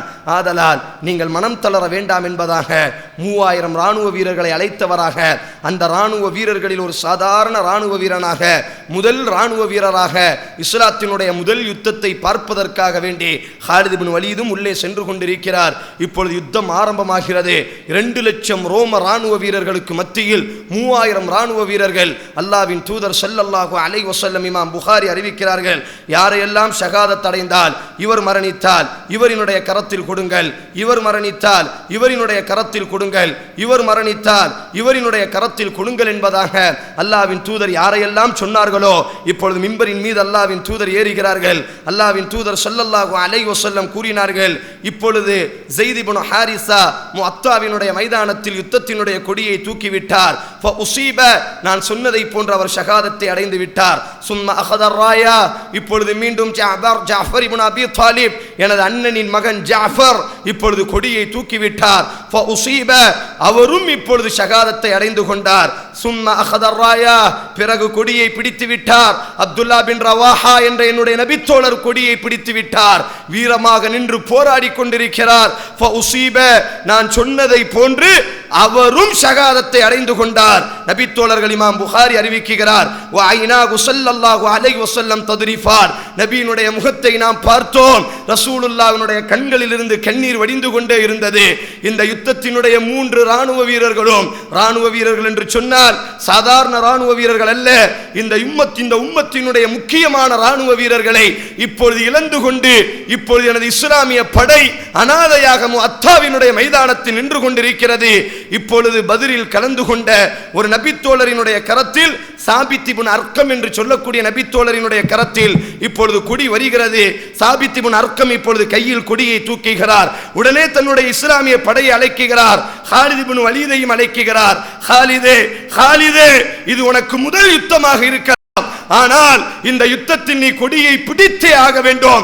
நாங்கள் 3 தளபதியை இழந்து நிற்கிறோம், உன்னுடைய உதவி எங்களுக்கு தேவைப்படுகிறது. காலித் சொன்னார்கள், சாபித் இப்னு அர்கமே, வயதில் நான் சிறியவன், என்னை விட வயதில் நீங்கள் மூத்தவர்கள். சாபித் இப்னு அர்கமே, ஈமானில் நான் பிந்தியவன், என்னை விட ஈமானில் நீங்கள் முந்தியவர்கள். சாபித் இப்னு அர்கமே, பத்ர் யுத்தத்தில் நீங்கள் கலந்து கொண்டீர்கள், ஆனால் நான் இப்பொழுதுதான் இந்த யுத்தத்தில் கலந்து கொள்கிறேன். சாபித் இப்பொழுது பதில் கொடுத்தார்கள், என்னை விட யுத்தத்தினுடைய ரகசியம் உங்களுக்கு தான் தெரியும், என்னை விட யுத்தத்தை பற்றி உண்டான விஷயம் நீங்கள் தான் அறிந்திருக்கிறீர்கள். ஆதலால் இந்த கொடிக்கு இந்த இடத்தில் தகுதியானவர் நீங்கள் தான் என்று கொடுத்த பொழுது இப்பொழுது சாபித் இப்னு அர்கம் முஸ்லிம் இராணுவ வீரரிடத்தில் கேட்கிறார், காலிதின் கரத்தில் நான் இஸ்லாத்தினுடைய கொடியை கொடுத்தால் நீங்கள் ஏற்றுக்கொள்வீர்களா? இப்பொழுது அத்தனை முஸ்லிம்களும் சொன்னார்கள், நஅம் யா சய்யிதி, எங்களின் தலைவரே, நீ காலிதின் கரத்தில் கொடுத்தால் நாங்கள் ஏற்றுக்கொள்வோம் என்று சொன்னவுடன் அல்லாஹ்வின் தூதர் சொல்கிறார்கள், காலித் இப்னு வலீதினுடைய கரத்தில் கொடி கொடுக்கப்படுகிறது. ரசூலுல்லாஹ் இமாம் புகாரி அறிவிக்கிறார், ஹத்தா அஹதர் ராயா, முஅத்தாவினுடைய மைதானத்தில் ஸைஃபும் மின் ஸுயூஃபில்லாஹ், அல்லாஹ்வுக்கென்று ஒரு வாள் இருக்குமேயானால் காலித் இப்னு வலீதினுடைய கரத்தில் அல்லாஹ்வின் வாள் என்று பேசினார்களே, இந்த யுத்தத்தில் தான் பெயர் சொல்லப்பட்டது. அல்லாஹ்வுடைய உருவிய வாளான காலித் இப்னு வலீதினுடைய கரத்தில் கொடி கொடுக்கப்பட்டு விட்டது. ஹத்தா ஃபதஹல்லாஹு அலைஹிம், அல்லாஹ் வெற்றியை முஸ்லிம்களுக்கு தீர்மானித்து விட்டான். முதல் யுத்தம் அவரினுடைய கரத்தில் கொடி கொடுக்கப்பட்டவுடன் யுத்தத்தினுடைய விஷயத்தையே மாற்ற ஆரம்பிக்கிறார். 2 லட்சம் இராணுவ வீரர்கள் இவரினுடைய கரத்தில் கொடி வந்ததற்கு பிறகு அடுத்த நாள் யுத்தம் ஆரம்பமாகிறது. அவர்கள் நினைத்தார்கள் முஸ்லிம்களை சாகடித்து விடலாம் என்பதாக. காலித் இப்னு வலீதினுடைய திட்டத்தை மாற்றுகிறார், யுத்தத்தின் போக்கை மாற்றுகிறார். சிறிய சிறிய படையாக யுத்த மைதானத்திற்குள் கொஞ்சம் கொஞ்சமாக கொண்டு வருகிறார். இப்பொழுது அந்த ரோம படை வீரர்கள் எல்லாம் 2 லட்சம் இராணுவ வீரர்கள் அடித்து ஓட ஆரம்பித்து விடுகிறார்கள். அதைத்தான் ரசூலுல்லாஹ் சொன்னார், முஅத்தாவில் 3 தளபதிகள் இப்பொழுது ஹத்தா அஹதர் ராயா ஸைஃபும் மின் ஸுயூஃபில்லாஹ், அல்லாஹ்வுக்கென்று ஒரு வாள் இருக்குமேயானால் அது காலித் இப்னு வலீது தான். அவரினுடைய கரத்தில் கொடி கொடுக்கப்பட்டு விட்டது. அல்லாஹ் வெற்றியை தீர்மானித்து விட்டான். யாரினுடைய காலத்தில்? ரசூலுல்லாஹி ஸல்லல்லாஹு அலைஹி வஸல்லம் அவர்கள் இவரை தளபதியாக, இஸ்லாத்தின் தளபதியாக அடுத்து ஹிஜ்ரி 8ஆம் ஆண்டு ரமதானினுடைய பிறை இப்பொழுது ஃபத்தஹ் மக்கா மக்காவாசிகளினுடைய கொடியை ரசூலுல்லாஹ் ஹாலித் இப்னு வலீதினுடைய கரத்தில் தான் கொடுத்தார்கள். சொன்னார்கள், ஹாலிதே, நான் மக்காவிற்கு நுழைவதற்கு முன்னால் நீங்கள் தான் தலையை சாய்த்த நிலையில் மக்காவிற்கு நுழையுங்கள். அல்லாஹ் அக்பர். இஸ்லாத்தினுடைய ரசூலுல்லாஹினுடைய தளபதியாக மக்காவாசிகளினுடைய கொடியை ஏந்தியவராக ரசூலுல்லாவுக்கு முன்னால் ஃபத்தஹ் மக்காவிற்கு நுழைந்து வெற்றி பெற்ற ஒரு வீரராக ஹாலித் இப்னு வலீத் தீர்மானிக்கப்படுகிறார். இவ்வாறு இஸ்லாத்தினுடைய தளபதியாக அல்லாஹ்வின் தூதர் ஸல்லல்லாஹு அலைஹி வஸல்லம் ஹிஜ்ரி 8ஆம் ஆண்டு அவரை உருவாக்கினார்கள். இப்பொழுது ரசூலுல்லாஹ் மரணம் அடைகிறார். அடுத்து அபூபக்கர் சித்தீக் ரலியல்லாஹு தஆலா அன்ஹு அவர்களினுடைய ஆட்சியின் பொழுது இப்பொழுது மக்கள் பல குழப்பத்திற்கு மாறிவிடுகிறார்கள். ஜக்காத் கொடுக்க மாட்டேன் என்று ஒரு கூட்டம் பேசுகிறார்கள். இப்பொழுது முசைலமா போன்ற சில நபர்கள் எல்லாம் நாங்களும் இறை தூதர்கள் என்று பேசுகிறார்கள். இவர்களை அடக்குவதற்காக வேண்டி ஹாலித் இப்னு வலீதினுடைய தலைமையில் தான் இப்பொழுது படைகளை அனுப்புகிறார்கள். யார் மறுத்தார்களோ இவரினுடைய படை வருவதை பார்த்தவுடன் ஜக்காத் தந்து விடுகிறோம் என்று வந்துவிட்டார்கள். எந்த முசைலமா நபி தோழர்களை வெட்டி கொண்டிருந்தானோ, நானும் நபி என்று சொன்னானோ, இவரை கொண்டுதான் அல்லாஹ் ரப்புல் ஆலமீன் இவரினுடைய படையெடுப்பை கொண்டுதான் அந்த முசைலமாவை அல்லாஹ் இல்லாமலாக்கினான். இவ்வாறாக அபூபக்கர் சித்தீக் ரலியல்லாஹு அன்ஹுடைய படையிலும் இவர்தான் தளபதியாக நின்று கொண்டிருக்கிறார்.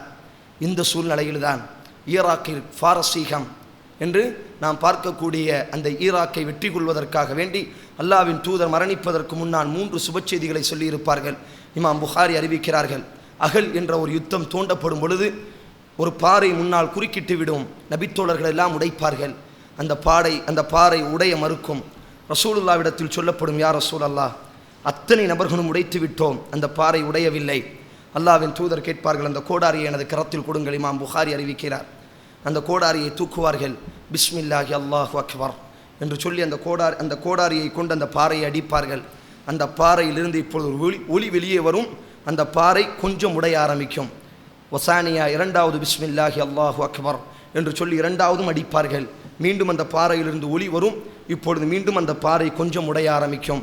3வதாக பிஸ்மில்லாஹி அல்லாஹு அக்பர் என்று சொல்லி அடிக்கும் பொழுது அந்த பாறை சுக்கு நூறாக மாறிவிடும். ரசூலுல்லாஹ் கரத்தை தூக்கி சொல்வார்கள், நான் 3 முறை அடித்தேன், 3 முறை பிஸ்மில்லாஹி அல்லாஹு அக்பர் என்று சொன்னேன். அறிந்து கொள்ளுங்கள், முதல் அடியினுடைய நோக்கம் ரோமை இஸ்லாம் வெற்றி கொள்ளும். நான் பார்க்கிறேன், ரோமினுடைய கோட்டைகள் இஸ்லாமியர்களினுடைய கரத்தில் வருவதை நான் பார்க்கிறேன். 2வது அடி அடிக்கும் பொழுது ஒளி வந்தது, அறிந்து கொள்ளுங்கள், பாரசீகத்தை இஸ்லாம் வெற்றி கொள்ளும்.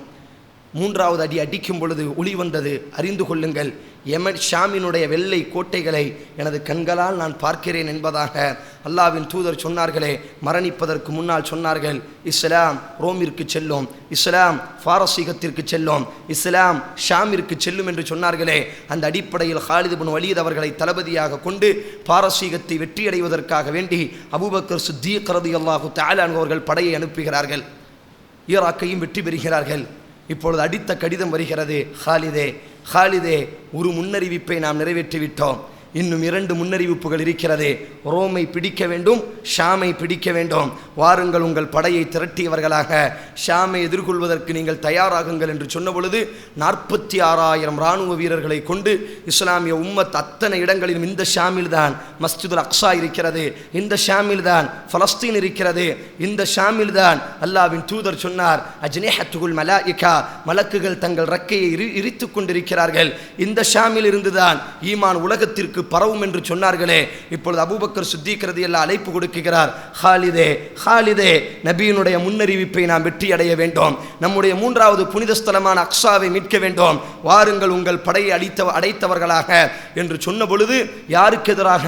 அன்றைய தினத்தில் அலெக்சாண்டர், கிமுவில் இருந்த அலெக்சாண்டரினுடைய இராணுவத்தால் உருவாக்கப்பட்டு பவுலினுடைய கிறிஸ்தவ திணிப்பால் ஏற்படுத்தப்பட்ட அந்த ரோம இராணுவ வீரர்களுக்கு எதிராக உலகத்தில் அவர்கள்தான் வல்லரசாக இருந்தார்கள். அவர்கள் நினைத்ததுதான் உலகத்தில் நடந்து கொண்டிருந்தது. இஸ்லாமிய உம்மத் தனது வாழ்க்கையில் முதல் எதிரி மாத்திரமல்ல, மிகப்பெரிய எதிரியை சந்திக்க போகிறார்கள். ஹாலித் இப்னு வலீத் ரலியல்லாஹு தஆலா அன்ஹு அவர்களினுடைய தலைமையில் 46,000 இஸ்லாமிய முஜாஹிதீன்கள் இப்பொழுது எர்மூக் என்று சொல்லக்கூடிய இன்றைய லெபனானுக்கும் ஜோர்டானுக்கும் மத்தியில் இருக்கக்கூடிய எர்மூக் என்ற பள்ளத்தாக்கில் வந்து இப்பொழுது முகாமிடுகிறார்கள். இஸ்லாமிய வரலாற்றில் இன்று வரை உலக அறிஞர்களால் கிறிஸ்தவ மதம் இன்றைக்கும் பலகீனத்தில் சென்று கொண்டிருக்கிறதே. ஆனால் ரோம் என்பதும் பலஸ்தீன் என்பதும் ஷாம் என்பதும் யமன் என்பதும் ஜோர்டான் என்பதும் லெபனான் என்பதும் இவையெல்லாம் கிறிஸ்தவர்களினுடைய ஆளுமைகளுக்கு கீழே ரசூலுல்லாஹ்வுடைய காலத்தில் இருந்தது. ஆனால் இன்றைக்கு நீங்கள் எடுத்துக்கொண்டால் இவை அனைத்தும் முஸ்லிம்களினுடைய கரத்தில் இருக்கிறது.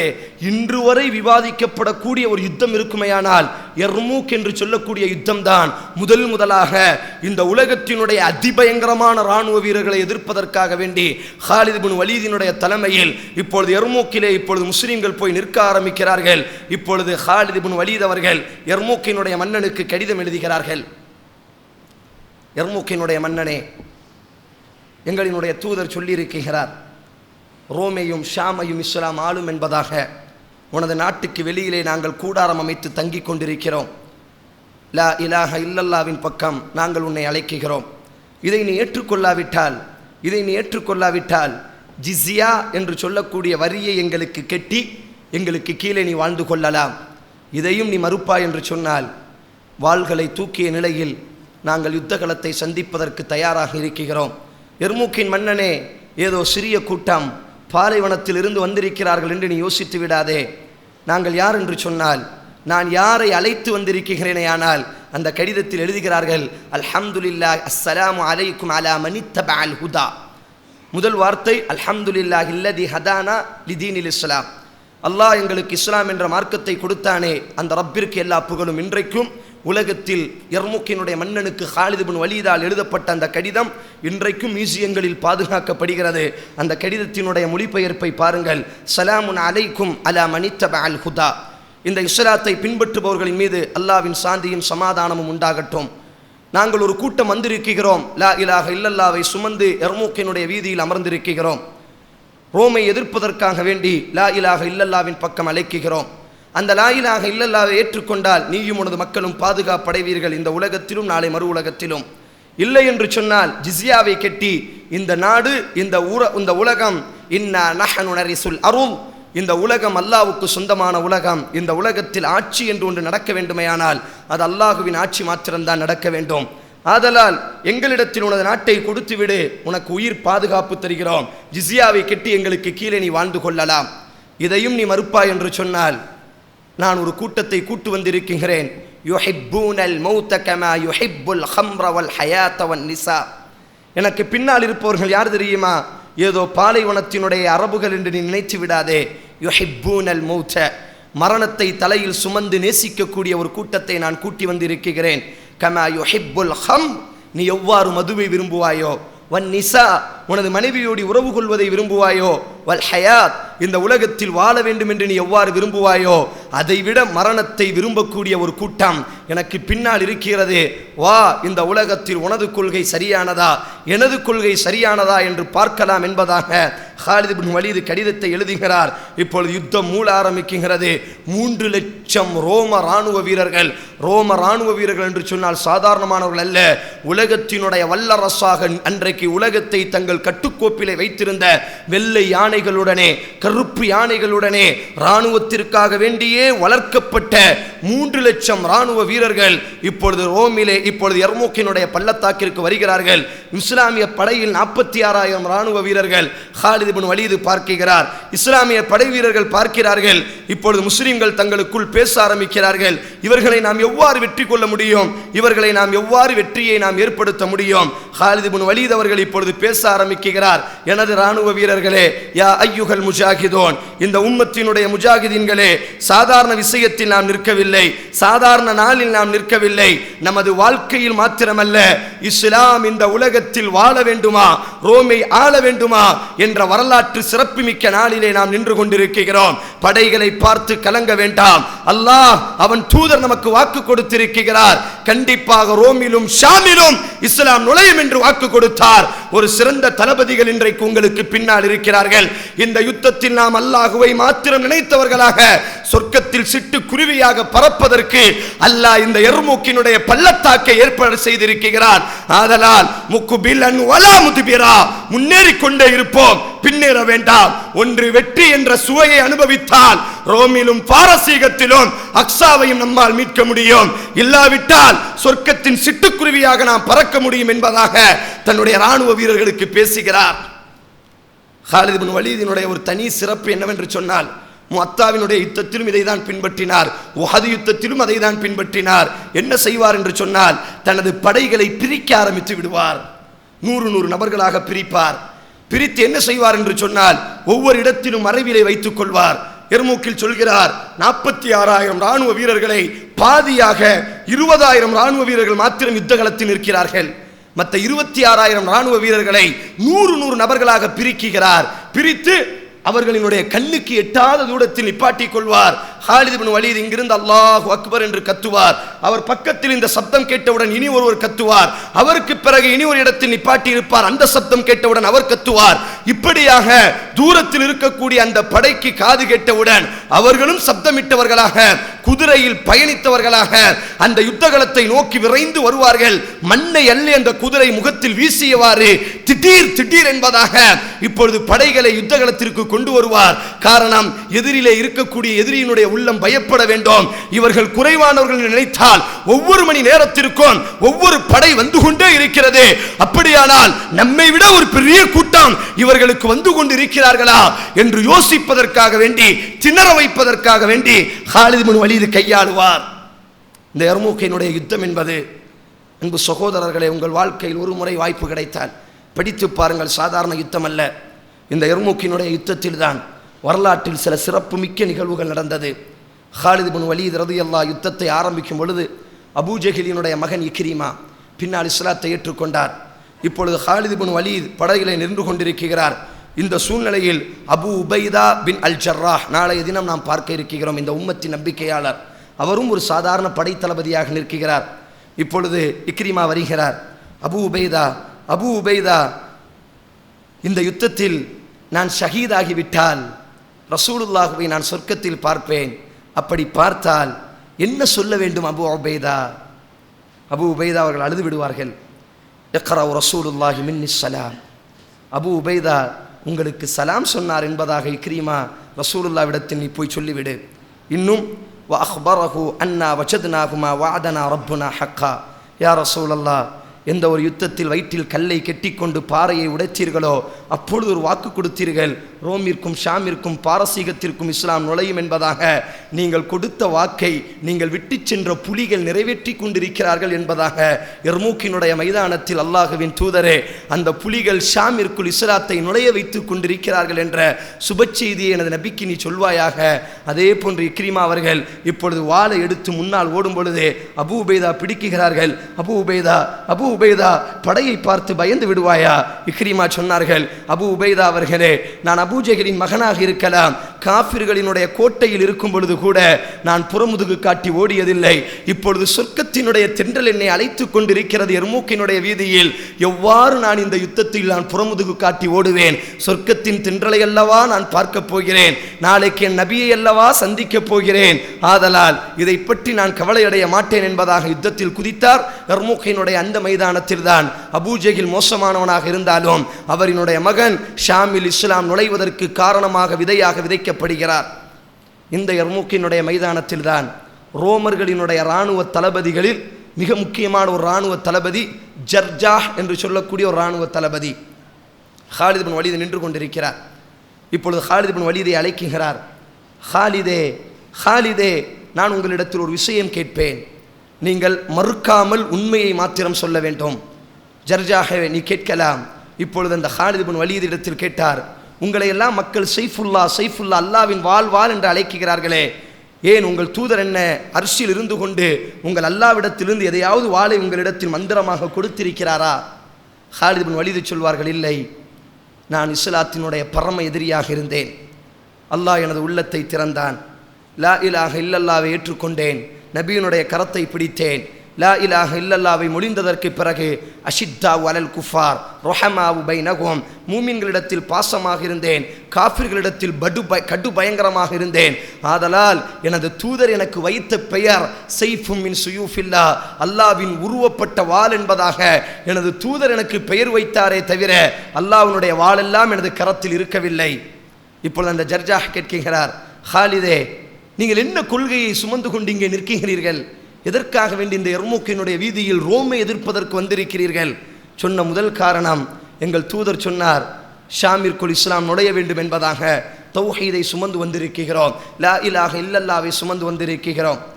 ஜர்ஜாஹ் கேட்கிறார், இதை ஏற்றுக்கொள்ளாவிட்டால் நீங்கள் என்ன செய்வீர்கள்?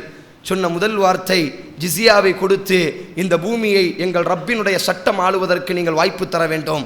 ஜர்ஜாஹ் கேட்கிறார், அதையும் நாங்கள் ஏற்றுக்கொள்ளாவிட்டால் என்ன செய்வீர்கள்? இந்த வாளை கொண்டு போராடுவதற்கு தான் இந்த மைதானத்தில் நாங்கள் நின்று கொண்டிருக்கிறோம்.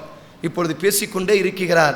ஜர்ஜாஹ் கேட்கிறார், ஹாலிதே, நானும் உன்னை போன்று இஸ்லாத்தில் இணைந்து கொண்டால் உனக்கு கிடைத்த அந்த பெருமையும் புகழும் நாளைக்கு மறுமையில் அல்லாஹ் எனக்கும் கொடுப்பானா? யார்? ரோமர்களினுடைய முக்கியமான தளபதி. இப்பொழுது ஹாலிது சொன்னார், என்னை விட சிறந்த சிறப்பை அல்லாஹ் உனக்கு கொடுப்பான். இஸ்லாத்திற்குள் வந்தார். ஜர்ஜாஹ் சொல்கிறார், எனது தலைமை பொறுப்பை நான் விட்டு விடுகிறேன், இஸ்லாத்திற்குள் நான் நுழைந்து விடுகிறேன். ஜர்ஜாஹ் முஸ்லீமாக மாறுகிறார். ஹாலிது தனது மரண நேரத்தில் சொல்கிறார்கள், இப்பொழுது அவர் இஸ்லாத்திற்குள் வந்தவுடன் இப்பொழுது 2 ரக்காத்து தொழுகிறார். தொழுது முடித்தவுடன் இப்பொழுது இஸ்லாத்தினுடைய ஒரு சாதாரண இராணுவ வீரராக நிற்கிறார். அவருக்கும் அவர் மரணத்திற்கும் இடைப்பட்ட நேரம் 2 ரக்காத்து தொழுவதற்கு மாத்திரம்தான் அல்லாஹ் வாய்ப்பை கொடுத்தான். அந்த யுத்தத்தில் அந்த ஜர்ஷாஹ் நபித்தோழராக மாறி முஸ்லீமாக மாறி அந்த யுத்தத்தில் அவர் ஷஹீதாகி விடுகிறார். ஹாலித் பின் வலீத் அதைத்தான் சொல்வார், ஜர்ஜாஹ் எனது கரத்தை பிடித்து இஸ்லாத்தை ஏற்றுக்கொண்டார் தளபதியாக. ஆனால் அவருக்கும் அவர் வாழ்ந்த காலத்திற்கும் இடைப்பட்ட நேரம் 2 ரக்காத்து தொழுவது மாத்திரம்தான். 2 ரக்காத்துகளை தொழுதார், குறைந்த அமல் செய்தார், ஆனால் நன்மையுமோ அதிகமாக பெற்றுக்கொண்டு ஷஹாதத்தை அடைந்து கொண்டார். இந்த யுத்தத்தில்தான் 3வது ஒரு வரலாற்று சம்பவம். முஸ்லிம்கள் யுத்தத்தில் ஷஹீதாக்கப்படுகிறார்கள். அப்பொழுது ஒரு நபித்தோழர் தனது சிறிய தகப்பனின் மகனுக்கு தண்ணீர் கொடுப்பதற்காக வேண்டி தண்ணீரை எடுத்துக்கொண்டு ஓடுகிறார். ஷஹாதத்தினுடைய விளிம்பில் நிற்கக்கூடிய நேரம். இப்பொழுது அவர் வாயில் தண்ணீர் ஊற்றலாம் என்று அவர் முனையும் பொழுது பக்கத்தில் இருக்கக்கூடிய நபித்தோழர் தண்ணீர் என்பதாக இப்பொழுது கத்த ஆரம்பிக்கிறார். அந்த யர்முக்கினுடைய அந்த ஷஹாதத்தினுடைய மணலில் கிடக்கக்கூடிய நபித்தோழர் இப்பொழுது சுட்டி காமிக்கிறார், அதோ என்னுடைய சகோதரனுக்கு முதலில் தண்ணீர் தேவைப்படுகிறது. அவருக்கு அவர் தண்ணீர் ஊற்றுவதற்கு முயற்சி செய்கிறார். இப்பொழுது பக்கத்தில் இருக்கக்கூடிய மற்றொரு நபர் தண்ணீர் என்பதாக கத்துகிறார். இப்பொழுது அவர் சுட்டி காமிக்கிறார், என்னை விட அவர்தான் தேவையுடையவராக இருக்கிறார் என்பதாக. இப்பொழுது 3வது நபரிடத்தில் செல்லும் பொழுது அவர் ஷஹீதாகி விடுவார். 2வது நபரிடத்தில் வருவார், அவரும் ஷஹீதாகி விடுவார். முதல் நபரிடத்தில் வருவார், தனது குடும்ப உறுப்பினரிடத்தில் சொந்தக்காரரிடத்தில் அவரும் ஷஹாதத்தை அடைந்து விடுவார். இந்த சம்பவம் யர்முக்கினுடைய வீதியில் தான், மரணத்தினுடைய நேரத்திலும் கூட எங்களை விட எங்கள் சகோதரர்களுக்கு தான் தேவை என்று முற்படுத்திய யுத்தம் யர்முக்கினுடைய யுத்தம். யுத்தம் ஆரம்பமாகிறது. யானைகள் முன்னால் நின்று கொண்டிருக்கிறது. இப்பொழுது அந்த யர்முக்கினுடைய ரோமினுடைய அந்த இராணுவ வீரன் கத்த ஆரம்பிக்கிறான். ஹாலித் பின் வலீதை வெளியே கூப்பிடுகிறான். ஹாலிதே, ஹாலிதே, காட்டரபிகளாக நீங்கள் இருந்தீர்கள், உடுத்துவதற்கு ஆடை இருக்கிறதா உங்களிடத்தில்? முதலில் சாப்பிடுவதற்கு மட்டமான பேரித்தம்பழத்தை சாப்பிட்ட நீங்கள் அலெக்சாண்டரினுடைய வளர்ப்பில் வளர்ந்த எங்களையா எதிர்க்க வந்திருக்கிறீர்கள்? நீங்கள் சொல்லுங்கள், இந்த மைதானத்திலேயே உங்களுக்கு ஆடையை நான் அனுப்பி வைக்கிறேன். நீங்கள் சொல்லுங்கள், இந்த மைதானத்திலேயே ஒவ்வொரு நபருக்கும் தலைக்கு 10 தங்க திருகத்தை நான் தருகிறேன். நீங்கள் சொல்லுங்கள், உயர்ந்த உணவை நான் தருகிறேன். இன்றைக்கு மாத்திரமல்ல, அடுத்த வருடமும் உங்கள் தேசத்திற்கு நான் அனுப்பி வைக்கிறேன். இந்த உணவுக்காக வேண்டி, இந்த உலகத்திற்காக வேண்டி யோசிக்க மாட்டீர்களா? நாங்கள் எவ்வளவு பெரிய படை வீரர்கள், எங்களை எதிர்ப்பதற்காக நீங்கள் வந்திருக்கிறீர்கள். இந்த வார்த்தையை கேட்டவுடன் ஹாலித் பின் வலீத் ரலியல்லாஹு தஆலா அன்ஹு அவர்கள் இப்பொழுது அந்த கத்த ஆரம்பிக்கிறார்கள். அந்த தளபதியை அழைக்கிறார். அந்த தளபதியை அழைத்து சொன்னார்கள், அடே தளபதி, அடே தளபதி, நாங்கள் யார் என்று நீ நினைத்து கொண்டாய்? உணவுகளுக்கு வாழக்கூடியவர்கள் என்று நினைத்தாயா? ஆடைகளை அணிபவர்கள் என்று நினைத்தாயா? உலகம் முழுவதும் லா இலாஹ இல்லல்லாவுக்காக வேண்டி வார்த்தை இப்படி பேசுவார்கள். ஒரு வீரன் யுத்தத்தில் இப்படித்தான் பேச வேண்டும். காரணம், எதிர்த்தரப்பில் பேசியிருக்கிறான். ஹாலித் பின் வலீத் சொல்வார்கள், லா இலாஹ இல்லல்லாவுக்காக வேண்டி ஒவ்வொரு நாட்டு இரத்தத்தையும் சுவைத்து கொண்டு வந்து கொண்டிருக்கிறோம். வரும்பொழுது கேள்விப்பட்டோம், ரோமர்களினுடைய இரத்தம் மிக சுவையாக இருக்கும் என்று கேள்விப்பட்டோம். ஆதலால் இந்த மைதானத்தில் உங்கள் இரத்தத்தை சுவைத்து பார்ப்பதற்கு தான் நாங்கள் நின்று கொண்டிருக்கிறோமே தவிர, நீ தரக்கூடிய ஆயுதத்தையோ, நீ தரக்கூடிய ரொட்டியையோ, நீ தரக்கூடிய ஆடையை அணிவதற்கு நாங்கள் வரவில்லை. லா இலாஹ இல்லல்லாவுக்காக வேண்டி ஒன்று எங்கள் ரத்தம் ஓட்டப்பட வேண்டும், அல்லது உனது ரத்தத்தை சுவைப்பதற்கு தான் எங்கள் கூட்டம் இந்த மைதானத்தில் நின்று கொண்டிருக்கிறார்கள். யுத்தம் ஆரம்பமாகிறது. உமர் ரலியல்லாஹு தஆலா அன்ஹுவினுடைய ஆட்சியினுடைய நேரம். இப்பொழுது உமர் ரலியல்லாஹு தஆலா அன்ஹு அவர்கள் வெளியிலே வந்து மதீனாவுக்கு வெளியிலே நின்று கொண்டே இருப்பார்கள். தகவல் வருகிறதா? எர்முக்கினுடைய நிலைமை என்ன? இப்பொழுது ஒரு படை தளபதி ஓடி வருவான், குதிரையின் மீது அமர்ந்தவனாக. எர்முக்கிலிருந்து உமர் ரலியல்லாஹு அவனுடைய வாளை பிடித்து செல்வார்கள். நீ எங்கிருந்து வருகிறாய்? நீ எங்கிருந்து வருகிறாய்? நான் எர்முக்கிலிருந்து வருகிறேன். அபு உபைதா என்னை அனுப்பி வைத்தார்கள். இப்பொழுது உமர் கேட்பார்கள், அந்த யுத்தத்தினுடைய முடிவு என்ன ஆனது? உடனே இப்பொழுது அந்த படை வீரன் சொல்வான், முஸ்லிம்களினுடைய கரம் தூக்கிவிட்டது. எர்முக்கினுடைய வீதியில் ரோமர்கள் புதைக்கப்பட்டு விட்டார்கள். வெள்ளை யானைகளுக்கு பின்னால் இஸ்லாம் ஷாமினுடைய கோட்டைக்கும் நுழைய ஆரம்பித்து விட்டது என்று சொன்னவுடன் உமர் ரலியல்லாஹு அந்த வாளை பிடித்தே கேட்பார்கள், என்னுடைய முஸ்லிம் ராணுவ வீரர்கள் எத்தனை நபர்கள் ஷஹீதாக்கப்பட்டார்கள்? சொல்வார்கள், அக்ஸாவை மீட்பதற்காக வேண்டி, ஷாமில் இஸ்லாம் நுழைவதற்காக வேண்டி 8500 நபித்தோழர்கள் வெள்ளை யானைகளினுடைய துதிக்கையினால் கருப்பு யானைகளினுடைய கால்களில் மாட்டி ஷஹாதத்தை அடைந்து கொண்டார்கள். இப்பொழுது அந்த ஒற்றன் கேட்பான், அந்த போராளி கேட்பான், இங்கே உமர் இப்னு கத்தாப் என்றால் யார்? இங்கே ஐன ஹலீஃபா, இந்த நாட்டினுடைய ஹலீஃபா யார் என்று கேட்கும் பொழுது உமர் அழுவார்கள், நான் தான் இந்த நாட்டினுடைய ஹலீஃபா என்பதாக. எர்முக்கிற்குள் இப்பொழுது இஸ்லாம் நுழைய ஆரம்பிக்கிறது. இது ஹாலித் இப்னு வலீதினுடைய தியாகத்தால் தான். ரசூலுல்லாஹ் சொன்ன 3 முன்னறிவிப்புகள், பாரசீகம், ரோம், ஷாம், மஸ்ஜிதுல் அக்ஸா, இந்த 3க்குள்ளும் இந்த ஹாலித் இப்னு வலீத் அவர்களினுடைய அந்த திட்டத்தால் தான் இஸ்லாம் உள்ளே நுழைய ஆரம்பிக்கிறது. இந்த சூழ்நிலையில் தான் உமர் ரலியல்லாஹு அபூபக்கர் சித்தீக் ரலியல்லாஹு அவனுடைய ஆட்சிக்கு பிறகு உமர் ரலியல்லாஹு ஆட்சி பொறுப்பை ஏற்றவுடன் அவர்கள் செய்த முதல் விஷயம் என்ன தெரியுமா? நீங்கள் ஹதீஸை படித்து பார்த்தால் தெரிந்து கொள்ளலாம். முதல் நிபந்தனை விட்டார்கள். அபு உபைதா பின் ஜர்ராஹ் அவர் யுத்தத்தில் ஒரு சாதாரண இராணுவ வீரராக இப்பொழுது நின்று கொண்டிருக்கிறார். இப்பொழுது இந்த எர்முக்கினுடைய யுத்தத்தில் தான் கடிதம் வருகிறது. அபு உபைதா அவர்களே, அபூபக்கர் அவர்கள் ரஹிமகுல்லா என்று போட்டால் மரணித்து விட்டார் என்று அர்த்தம். உமர் எழுதுகிறார்கள், அபூபக்கருன் ரஹிமகுல்லா, அபூபக்கர் நம்மை விட்டு பிரிந்து சென்று விட்டார். 2வது ஹலீஃபாவாக நான் இருக்கிறேன். அபு உபைதா ஹாலித் இப்பொழுது படைத்தளபதியாக இருக்கிறார். அவரினுடைய பொறுப்பை பிடுங்கி நீங்கள் அந்த இடத்திற்கு வாருங்கள். ஹாலித் சாதாரண இராணுவ வீரனாக நிற்கட்டும். அப்படி மறுத்தால் அவரை மக்காவை நோக்கி, மதீனாவை நோக்கி நீங்கள் அவரை அனுப்பி வைத்து விடுங்கள். இந்த கடிதம் வருகிறது. அந்த கடிதத்தை எர்முக்கினுடைய வீதியில் கிழித்து போடுகிறார்கள். அபூபக்கர் சித்தீக் அபு உபைதா இந்த நேரத்தில் இந்த கடிதத்தை சொன்னால் முஸ்லிம்கள் நிலைத்திடுமாறி விடுவார்கள் என்று எர்முக்கில் வெற்றி கிடைக்கிறது. இப்பொழுது ஹாலித் தனது கூடாரத்தில் ஓய்வெடுக்கும் பொழுது அபு உபைதா பின் ஜர்ராஹ் ரலியல்லாஹு தஆலா அன்ஹு அவர்கள் ஹாலித் பின் வலீதை சந்திப்பதற்காக வேண்டி தனிமையில் செல்கிறார்கள். சொன்னார்கள், ரஹிமல்லாஹு அபூபக்கர். ஹாலித் பின் வலீதினுடைய கண்கள் கண்ணீரை வடிக்குகிறது. அபூபக்கர் மரணித்து விட்டார். இன்னா லில்லாஹி வ இன்னா இலைஹி ராஜிஊன். இப்பொழுது நம்முடைய 2வது ஹலீஃபா உமர் பதவியில் இருக்கிறார். ஹாலிதே, நான் சொல்வதை நீங்கள் தவறாக நினைக்க வேண்டாம். நமது ஹலீஃபாவிடத்திலிருந்து கடிதம் வந்திருக்கிறது. உங்களினுடைய பொறுப்பிலிருந்து நீங்கள் விலக வேண்டும் என்பதாக. இந்த உலகத்தில் நாம் யாரும் பொறுப்பாளிகள் அல்ல.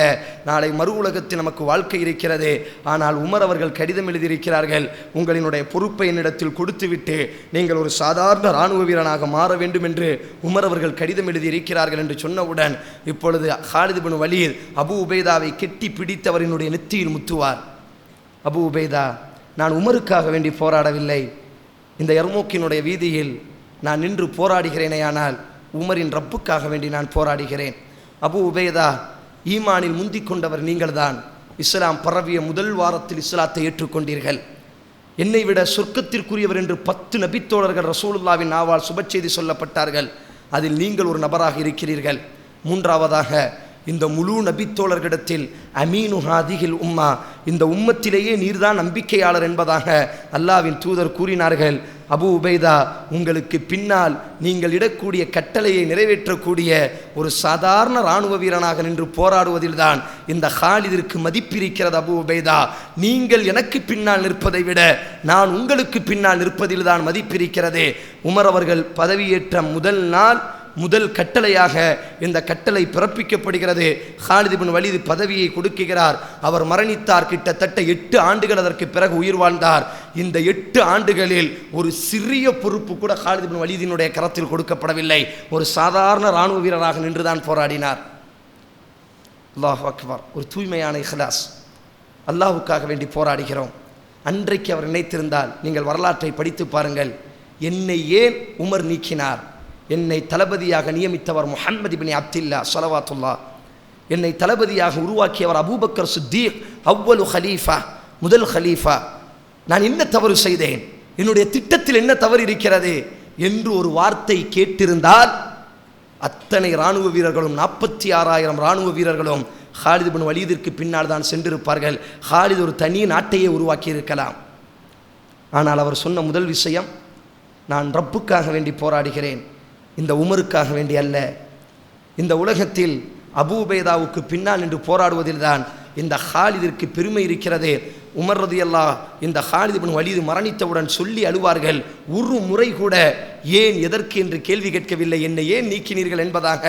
நான் ஏன் நீக்கினேன் என்பதை உமர் ரலியல்லாஹு ஹாலித் இப்னு வலீத் மரணித்ததற்கு பிறகு சொல்வார்கள், நான் ஏன் தெரியுமா நீக்கினேன், மக்கள் பேச ஆரம்பித்து விட்டார்கள், ஈராக்கில் யார் படை இருக்கிறது, ஹாலிதின் படையா, அல்ஹம்துலில்லாஹ் வெற்றி.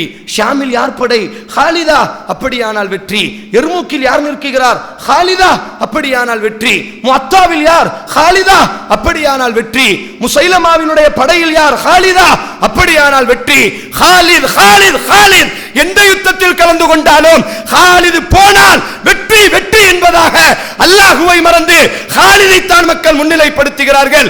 நான் உணர்த்த நாடினேன், ஹாலித் இருந்தாலும் இல்லாவிட்டாலும், உமர் இருந்தாலும் இல்லாவிட்டாலும், எங்களை உருவாக்கிய முஹம்மது ஸல்லல்லாஹு அலைஹி வஸல்லம் இருந்தாலும் இல்லாவிட்டாலும் அல்லாஹ் நாடினால் தனது மார்க்கத்தை வெற்றியடைய வைப்பான் என்று நான் நினைக்க நாடினேன், மக்களுக்கு உணர்த்த நாடினேன். ஆதலால் தான் ஹாலிதை நான் நீக்கினேன். இப்பொழுது ஹாலித் மரணம் என்பது எந்த வீரரை தான் விட்டு வைத்திருக்கிறது. வீரமாக நடந்த கால்கள் இப்பொழுது மரணத்தினுடைய படுக்கையில் சாய்ந்து விடுகிறது. வீரமாக ஓங்கிய வாள்கள் எல்லாம் இப்பொழுது ஹாலித் இப்னு வலீதினுடைய மார்பகத்தில் சாய ஆரம்பித்து விட்டது. அவரினுடைய மரண நேரத்தை பற்றி அபூதருல் ஹிஃபாரி என்ற நபித்தோழர் அறிவிக்கிறார்கள்.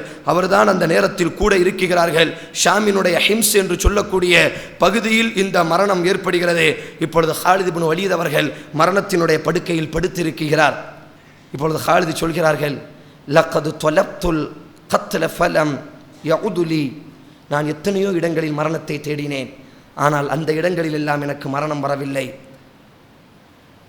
லகப்து கதா வ கதா, எத்தனை எத்தனை யுத்தங்களில் நான் கலந்து கொண்டேன். வமா ஃபி ஜஸதி ஷிப்ரன் இல்லா ஃபீக தர்பத்தம் பிஸைஃபின் அவ் ரம்யத்தம் பிஸஹ்மின், என்னுடைய உடலை அபூதரை பாருங்கள், எந்த இடத்திலாவது காயம் இல்லாமல் ஒரு இடம் இருக்கிறதா? என்னுடைய உடலை பாருங்கள், ஏதாவது ஒரு இடத்தில் ஒரு வாள் வெட்டி இருக்கும். எனது உடலை பாருங்கள் அபூதர்ரே, ஏதாவது ஒரு இடத்தில் ஒரு அம்பு தைத்திருக்கும். எனது உடலை பாருங்கள் அபூதர்ரே, ஏதாவது ஒரு இடத்தில் ஒரு ஈட்டிகளை கொண்டு எனது உடல் கீறப்படுத்தப்பட்டிருக்கும். ஆனால் இந்த எந்த காயமும் நான் கலந்து கொண்ட எந்த ஒரு யுத்தத்திலும் எனக்கு ஷஹாதத்தை பெற்றுத்தரவில்லையே. இந்த எந்த காயமும் நான் தேடிய இடங்களிலெல்லாம் என்னுடைய கரத்தை பிடித்து ஜர்ஜாஹ் இஸ்லாத்தை ஏற்றுக்கொண்டார். 2 ரக்காத்துகளை தொழுதார். தொழுது முடித்ததற்கு பிறகு யுத்தத்தில் கலந்து கொண்டார். இன்றைக்கு சிட்டுக்குருவியாக ஷஹாதத்தை அடைந்து விட்டார். ஆனால் நானுமோ லக்கிப்து கதா வ கதா ஸஹ்ஃபா, எத்தனை எத்தனை யுத்தங்களில் கலந்து கொண்டேன். எனது உடல் முழுவதும் காயமாக இருக்கிறது, வாளை கொண்டு வெட்டியது, அம்புகள் தைத்ததினால், ஈட்டிகள் குத்தியதினால், ஆனால் எந்த ஒரு காயமும் எனக்கு அல்லாவின் பாதையில் மரணத்தை தரவில்லையே. இப்பொழுது ஹாலித் சொல்கிறார், நான் மரணித்து விட்டால் அவர் மரணிக்கும் பொழுது 2 தான் விட்டு செல்கிறார். ஒன்று தன்னுடைய யுத்தத்திற்காக வேண்டி பயன்படுத்திய வாள், அந்த வாளை இப்பொழுது காமிக்கிறார். இந்த வாளை முஸ்லிம்களினுடைய ஜிஹாதினுடைய கூட்டத்தில் சேர்த்து விடுங்கள். 2வதாக தன்னுடைய இரும்பு கவசம், அதையும் காமிக்கிறார். தன்னுடைய குதிரை, இந்த 3ஐயும் காமிக்கிறார். இந்த 3ஐயும் முஸ்லிம்களினுடைய ஜிஹாதினுடைய பெட்டகத்தில் சேர்த்து விடுங்கள். நான் மரணித்து விட்டால் உமர் இப்னு ஹத்தாபிற்கு நான் சலாம் சொன்னேன் என்று சொல்லுங்கள். எனது தாய்க்கு நான் சலாம் சொன்னேன் என்று சொல்லுங்கள். அன்றைக்கு அவர் படையில் இருந்து வெளியேறியவர் தான். அவரினுடைய பிறந்த தேசம் மக்கா, அவர் வாழ்ந்த தேசம் மதீனா.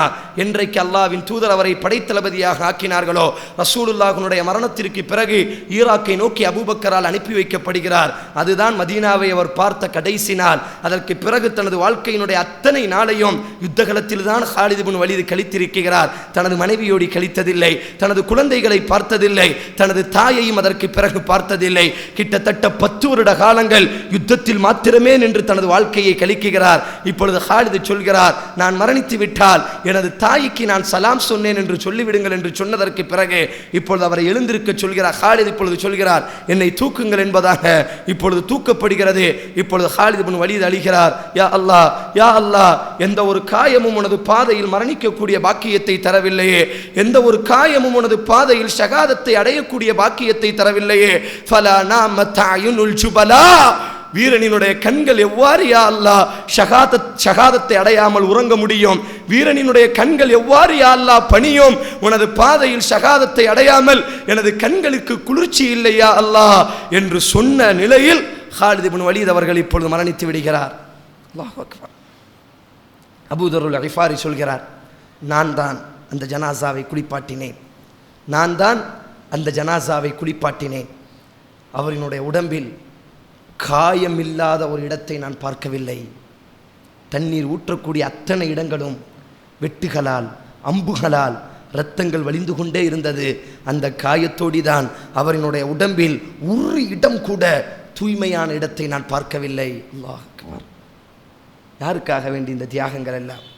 இந்த உம்மத்திற்காக வேண்டி. ஷாமிலும் ஈராக்கிலும் ரோமிலும் இஸ்லாம் நுழைய வேண்டும் என்பதற்காக வேண்டி. வாழ்க்கையினுடைய ஆரம்பம் மோசமாக இருந்தாலும் அவரினுடைய வாழ்க்கையினுடைய இறுதிகள் உலகத்தில் யாருக்கும் இப்படிப்பட்ட ஒரு விஷயம் நடந்திருக்காது. அபூதர் சொல்கிறார், அவரினுடைய உடம்பில் எந்த ஒரு இடமும் காயமில்லாத ஒரு இடத்தை நான் பார்க்கவில்லை, அத்தனை இடமும் காயங்களாகவே இருந்தது என்பதாக. இறுதியில் ஹாலித் இப்னு வலீத் ரலியல்லாஹு தஆலா அன்ஹு அவர்களுக்கு அஸ்கர் என்று சொல்லக்கூடிய ஒரு கருப்பு குதிரை, அவர் வாழ்க்கையில் இருந்து அவர் தகப்பன் கொடுத்த குதிரை, அந்த குதிரையில் தான் அவர் மேலே ஏறினார், அந்த குதிரையில் தான் அவர் போராடி கொண்டிருந்தார். இப்பொழுது அவரினுடைய ஜனாசா அடக்கப்படுகிறது. அந்த குதிரையும் அந்த ஜனாசாவினுடைய அந்த நேரத்தில் கண்களை வடித்து கொண்டிருந்தது, கண்ணீரை வடித்து கொண்டிருந்த அந்த காட்சியை நாங்கள் பார்த்தோம் என்பதாக அபூ தர் ரலியல்லாஹு தஆலா அன்ஹு அவர்கள் அறிவிக்கிறார்கள். இது இந்த உம்மத்தினுடைய அல்லாஹுவின் வாள் என்று புகழப்பட்ட ஹாலித் இப்னு வலீதினுடைய ஒரு சிறந்த வரலாறாக இருக்கிறது. இந்த வரலாறுகள் நமக்கு 1000 படிப்பினைகள் இருக்கிறது.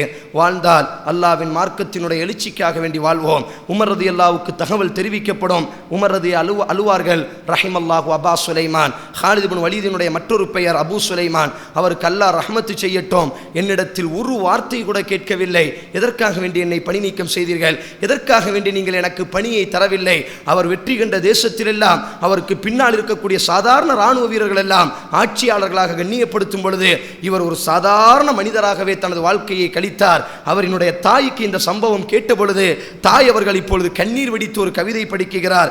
யா அல்லாஹ், யா அல்லாஹ், உனது புலியை நான் உன்னிடத்தில் அனுப்பி வைக்கின்றேன். எனது மகன் எப்படிப்பட்டவன் தெரியுமா?